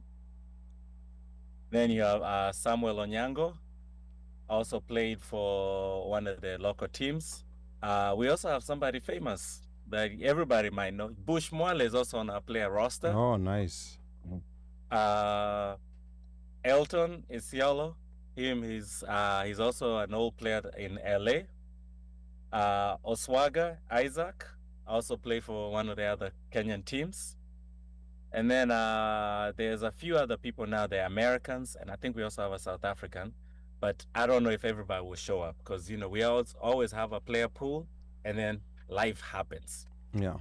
Now for American players, we have Blaze, Garson Blaze. Blaze played for Life University, and Blaze is actually, hands down, he was always faster than Perry Baker. Oh, wow. What? Okay. He was always faster than Perry Baker. When Perry Baker was in the club circuit here in the South, Blaze could not, Perry Baker could not even come close to his speed. So we're going to have speed. Blaze ameweka. He's karibu aingia wazalendo. Hey, He'll flourish over there. After you said all of that, then you throw him in Wazalendo, this chap. No. Wazalendo, you have to be 35 and over to be part of it. There's math involved in this. Oh, okay. Nasimu is math. Yeah, alafu we have Moja Brian. tu unaweza poa your honest 1 minute kitaka. Hata hiyo motion unaweza ingia. Hakunanga shida huko kwa wazalendo. And then we have Brian Williams, also another American. He had a full scholarship, rugby scholarship with Arkansas State. Oh wow! Graduated there. Lakini he's a guy that plays rugby with. He's played rugby with us over the years. He's also on the. He's also your age group. Yakina Perry Baker. We have Coop Jackson. He's also a very dynamic player that's also played a lot of rugby here in Atlanta. We have, let me see, who am I missing now? I have Harold Aduvante. I don't know him. He's a new Kenyan guy that's joining us this tour. Ati Aduvante? Yeah. Played for Shuja. Huh? Played Shuja. He played Yeah. Oh, Yeah. okay. Okay. Then we have Zed and Maro. Simbas. Huh? Played Simbas. Played Simbas. Yep. And Moran by sevens. Oh, nice. Yeah. Then we have Safe. Safe is a local guy here in Atlanta. He plays with he played for Morehouse College as well, the predominantly black college. So he played there, and then he plays with the local clubs here in Atlanta. And then I think who am I missing? We have another person. I think it's from SA, Lilithia or Lilitha. Yeah, that sounds like an SA name. Yeah. Salimia sana. Alafu now, I cannot forget also our coaching staff. Uh-huh. So our coaching staff, we have Ron Omondi. He's been involved with a lot of rugby here in the US, taking teams all the way to nationals. Wait, Ron Omondi were Texas? You were Atlanta. Oh, Ron, okay. 2 N's. No, I'm trying to think if it's the Ron Omondi Exchangearian. I'm trying to think if it was. He is. He is. Okay. Okay. All right. I got it. Guy. Yeah. He was very good. He used to play in the b-ball team, in the rugby team, and also in the soccer team. Damn. Yes. Yeah. Triple threat kama Yes. Dion Sanders. Yeah, he Na was Bo fire. Jackson. He was fire. Kama Michochola. He was in the same team as Michochola. This guy used to play all sports. Michochola is also one of our coaches. Oh, okay. All right. Watakuwa? Michochola anakuja. Boss. Oh, nice. Mapicha Okay. lazima tuchukue. Okay, that's We are interesting. groupies. Kaende. Yeah, Chenjerians. Mojo yuko ndani. Alafu now, we also have player team managers. We have Brian O'Radley and Bernard Omondi. Now your team managers wetu. Okay. And then to go to the Wazalendo, captain wa Wazalendo ni David Agua. Wags. Agua. Sasa kama kuna Wazalendo. Exchangearian. Of course. Yeah. So Wazalendo, this year we are 50-50. Wazalendo are always 50-50 if they want to play or if they don't want to play. So far they're not showing very much. So Bombe anacheza? Bombe anacheza? Bombe hao wote wako. Unajua kazi ni na Marine. Kila mtu. Marine ashaanza. Okay, sawa. Na Frank, mazee kuna time Frank last year alichapa mtu tackle mpaka sisi tukastuka kama game wadhani. Franchise. Hata Edgar bora. Yeah. Na anacheza. Na ule alipigwa kwa lips, alafu lips zikaenda shwa. Ilikuwa friendly fire between Frank two people. Okay. Frank na Mark Karani. Yes. Karani by the way. Is Karani coming? Or you're not sure? Karani, I don't think he'll miss. Those are okay. Kuna watu wa misingi. There are people who are staples. Understood. Yeah. So alafu sasa ni in the old boys side unajua sasa kuna last year like Misha represented. Yeah, yes. He did. And I didn't expect it. And people don't realize Misha played for the national team like in 1989, 1991. Yes. Yeah. Wow. Okay. Yes. And then last year he was on the field playing. Wow. For the Wazalendo. And Wazalendo went pretty far. Yes. They went pretty far. Yeah. Yeah. And So, sasa Kenya one. yeah, so there was a Lendo team. It's really simple. People just get on there just to play for the fun of it. Unfortunately, this tournament we play against young people, so you ball iko mbele yako, you can, lakini akikupita wacha mtu wa nyuma ashike. Maze, you know what? I just wanted that opportunity for Benny to present the team. Yes. Have the names Yes. and the people and the persons participating. Okay. Understood. And Benny, those who want to support Kenya Exiles, is there a Yes. place where they can donate? Yes. Yes. So we have, like I mentioned earlier, we are a community team. We hope for everybody to help us support to do everything, because our vijanas, for instance, some of them they're barely making it through. They're like you on your first year in America to year probably 10. So they're putting everything they have just to come to this tournament, and some of them can barely pay for anything. So the community comes in, chimes in, and we're able. So we have our Cash App, which is Kenya Exiles. Just simple, ni dollar sign. Yeah, dollar sign Kenya Exiles. Yeah, na utekapo kwa comments pia ndo watu waweze kuangusha kitu. Yeah. Yeah, alafu and PayPal for those who are not in America, we also accept donations from those. Na hiyo mtaingia tu kenyaexiles@gmail.com kwa PayPal, itaingia tu direct kwa account yetu. Other than that, hizo zingine they can meet us or they can reach us out kwa mtandao. Uko kwa Instagram, we are very active, so they can reach out. If those two don't work out, we can figure other ways to come in. Okay. And we are an open group to all. It's not just rugby people. Our main group of where we normally have our banter and everything is nothing but rugby, and it's anybody that loves rugby is welcome to join us. Okay. Na huko Kenya Exiles hakuna insider trading kama KRU. Hakuna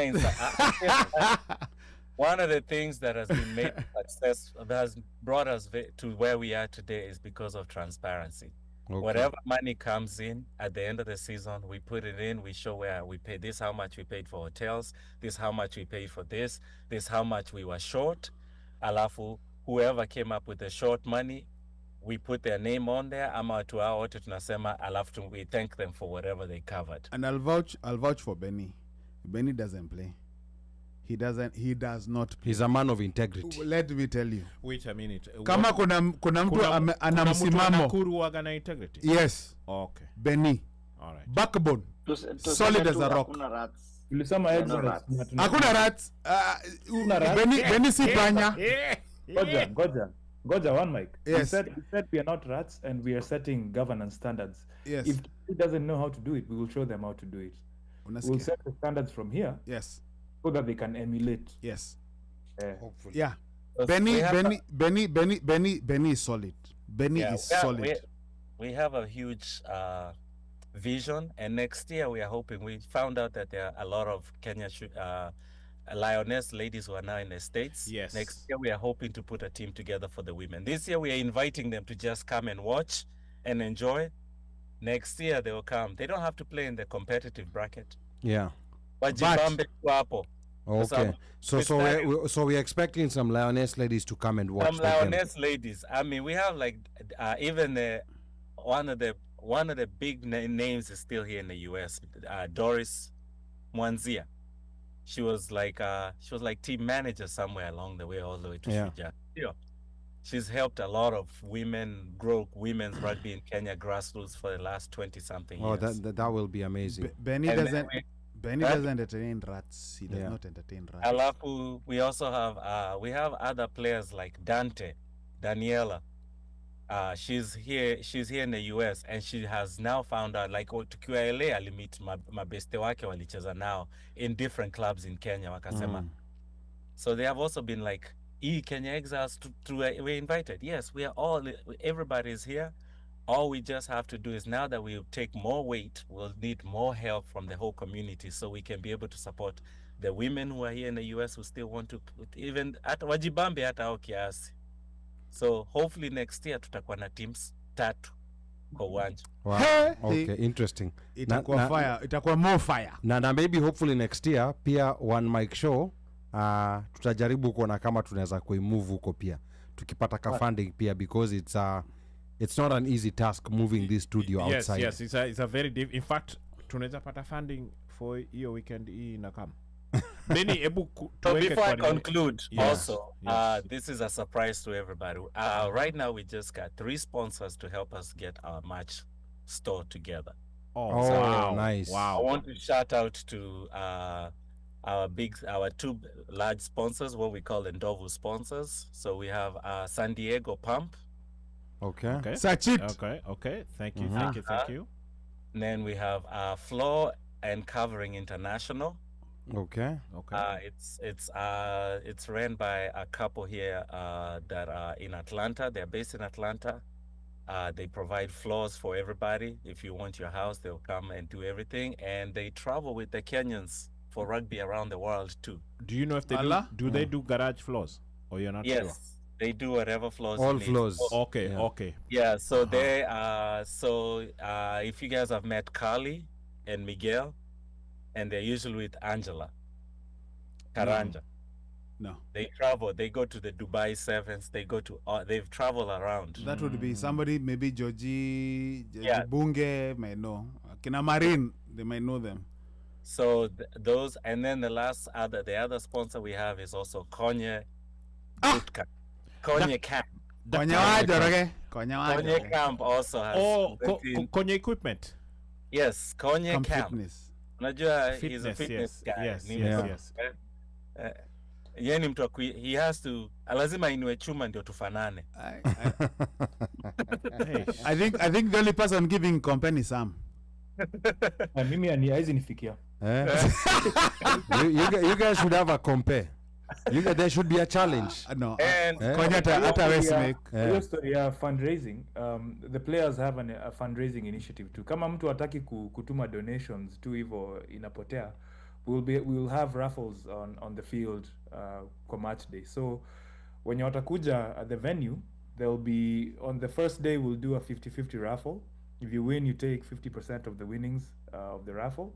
On the next day, we will have a hoodie on up for grabs. So if you win the raffle, you get a hoodie, a Kenya Exiles hoodie. Nice. They're really nice, and they're $100 each. So yeah. Oh damn. Okay. Oh, wow. Okay. All right. Not a bad idea. And see a mosh doing so, that. No, yes. that hoodie sounds very foodie.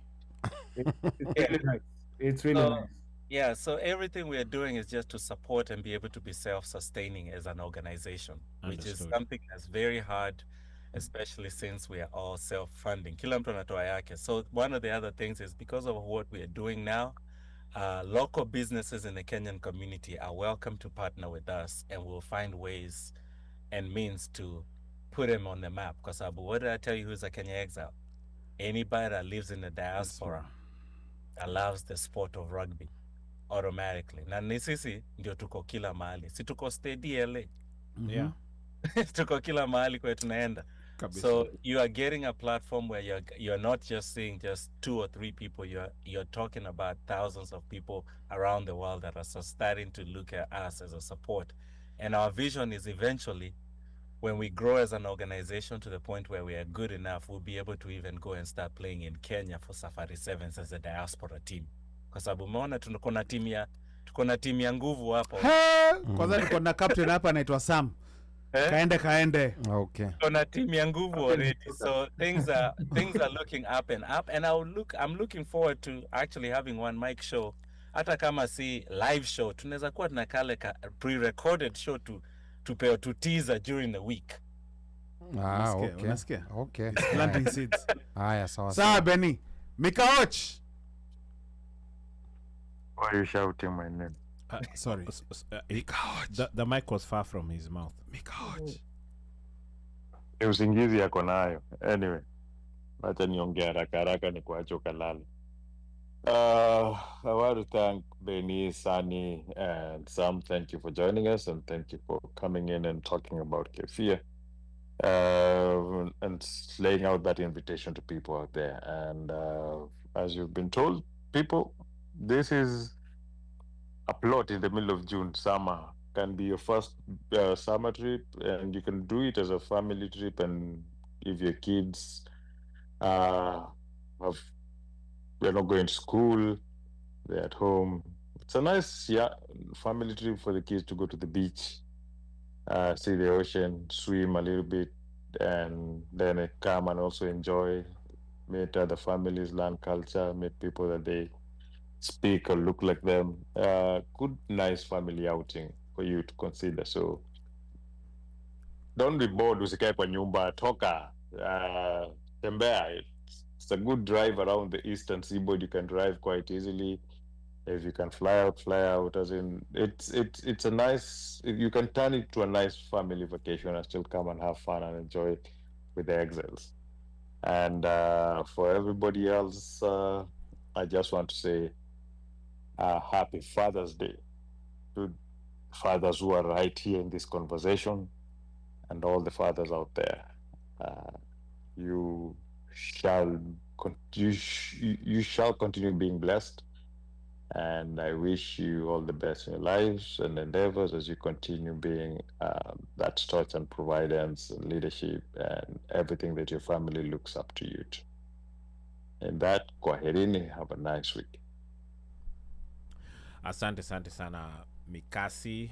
Thanks to our guests, Benny, my hanging buddy from the A.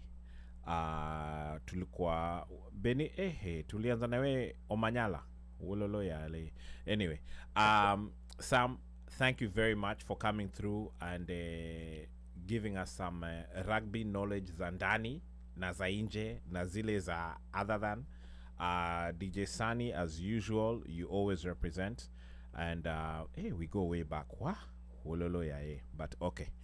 To our mafans, please, we took time to actually do this to spotlight for this particular tournament and to show you that there's also alternatives other than going to LA for sevens or all the other places, all the other cities. We have some. This is actually what it will cost you, especially if you're someone who's in the East Coast, is just driving to the venue, your hotel. The rest is their small costs, but the fun you will leave there with, you will come back by yourself. And you also get to expose the kids, if you come with them, to rugby, and they get to learn rugby. So to me, I think that's a plus either way. It's a family event and it's a win-win for all of us. Other than that, we'll see you guys next week, Friday. Like Mika said, happy Father's Day to all out there, those serving the roles, those who have the roles, and those who intend to get the role. Happy Father's Day. See you next week.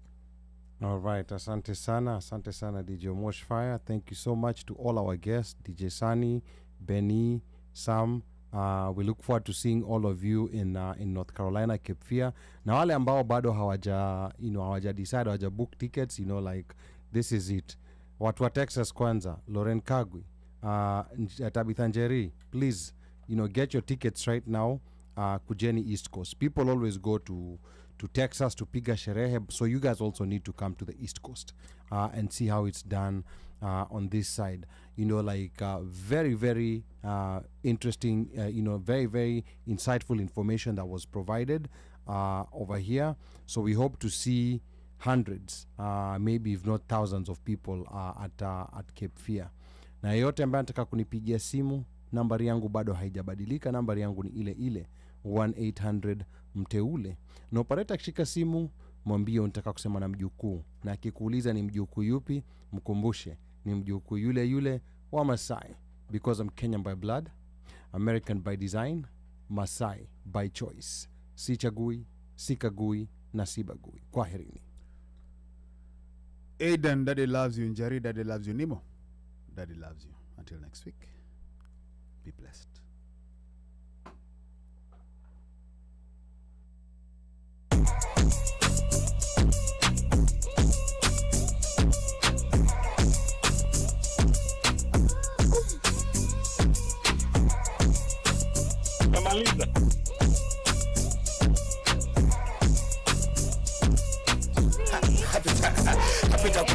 To fight on your partner, that could be the act to spite on your partner. That could be the act to spite on your partner. That could be the act to spite on your partner. That could be the act to spite on your partner. That could be the act to spite on your partner. That could be the act to spite on your partner. That could be the act. Kilo na tafuto takipata. Be the act to spite on your partner. That could be the act to spite on your itakubidi to fight on your partner, itakubidi kile unatafuta utakipata. Uta app ya kujua WhatsApp, wacha kura aijimaliza, ingia WhatsApp, tegea gidha zako za kupiga nap, chokora hizo apps kanipataji kwa map, cheki niko up to fight on your partner, up to the sky, kuna drone na kufuata, na hapa kwa hapa naona mahaga wao unataka ndogo ndogo bigi bigi, doshi unavuka mipaka, hapa ni bigi ndio na bigi, mbewa super wako kijiji mindo bibi, digi za kwa wingi na kidigi nuru itosha tu unapigadi firimbi. Happy itakubidi to fight on your partner, itakubidi to fight on your partner, itakubidi to fight on your partner, itakubidi to fight on your partner, itakubidi to fight on your partner, itakubidi to fight on your partner, itakubidi to fight on your partner, itakubidi to fight on your partner, itakubidi to fight on your partner, itakubidi to fight on your partner,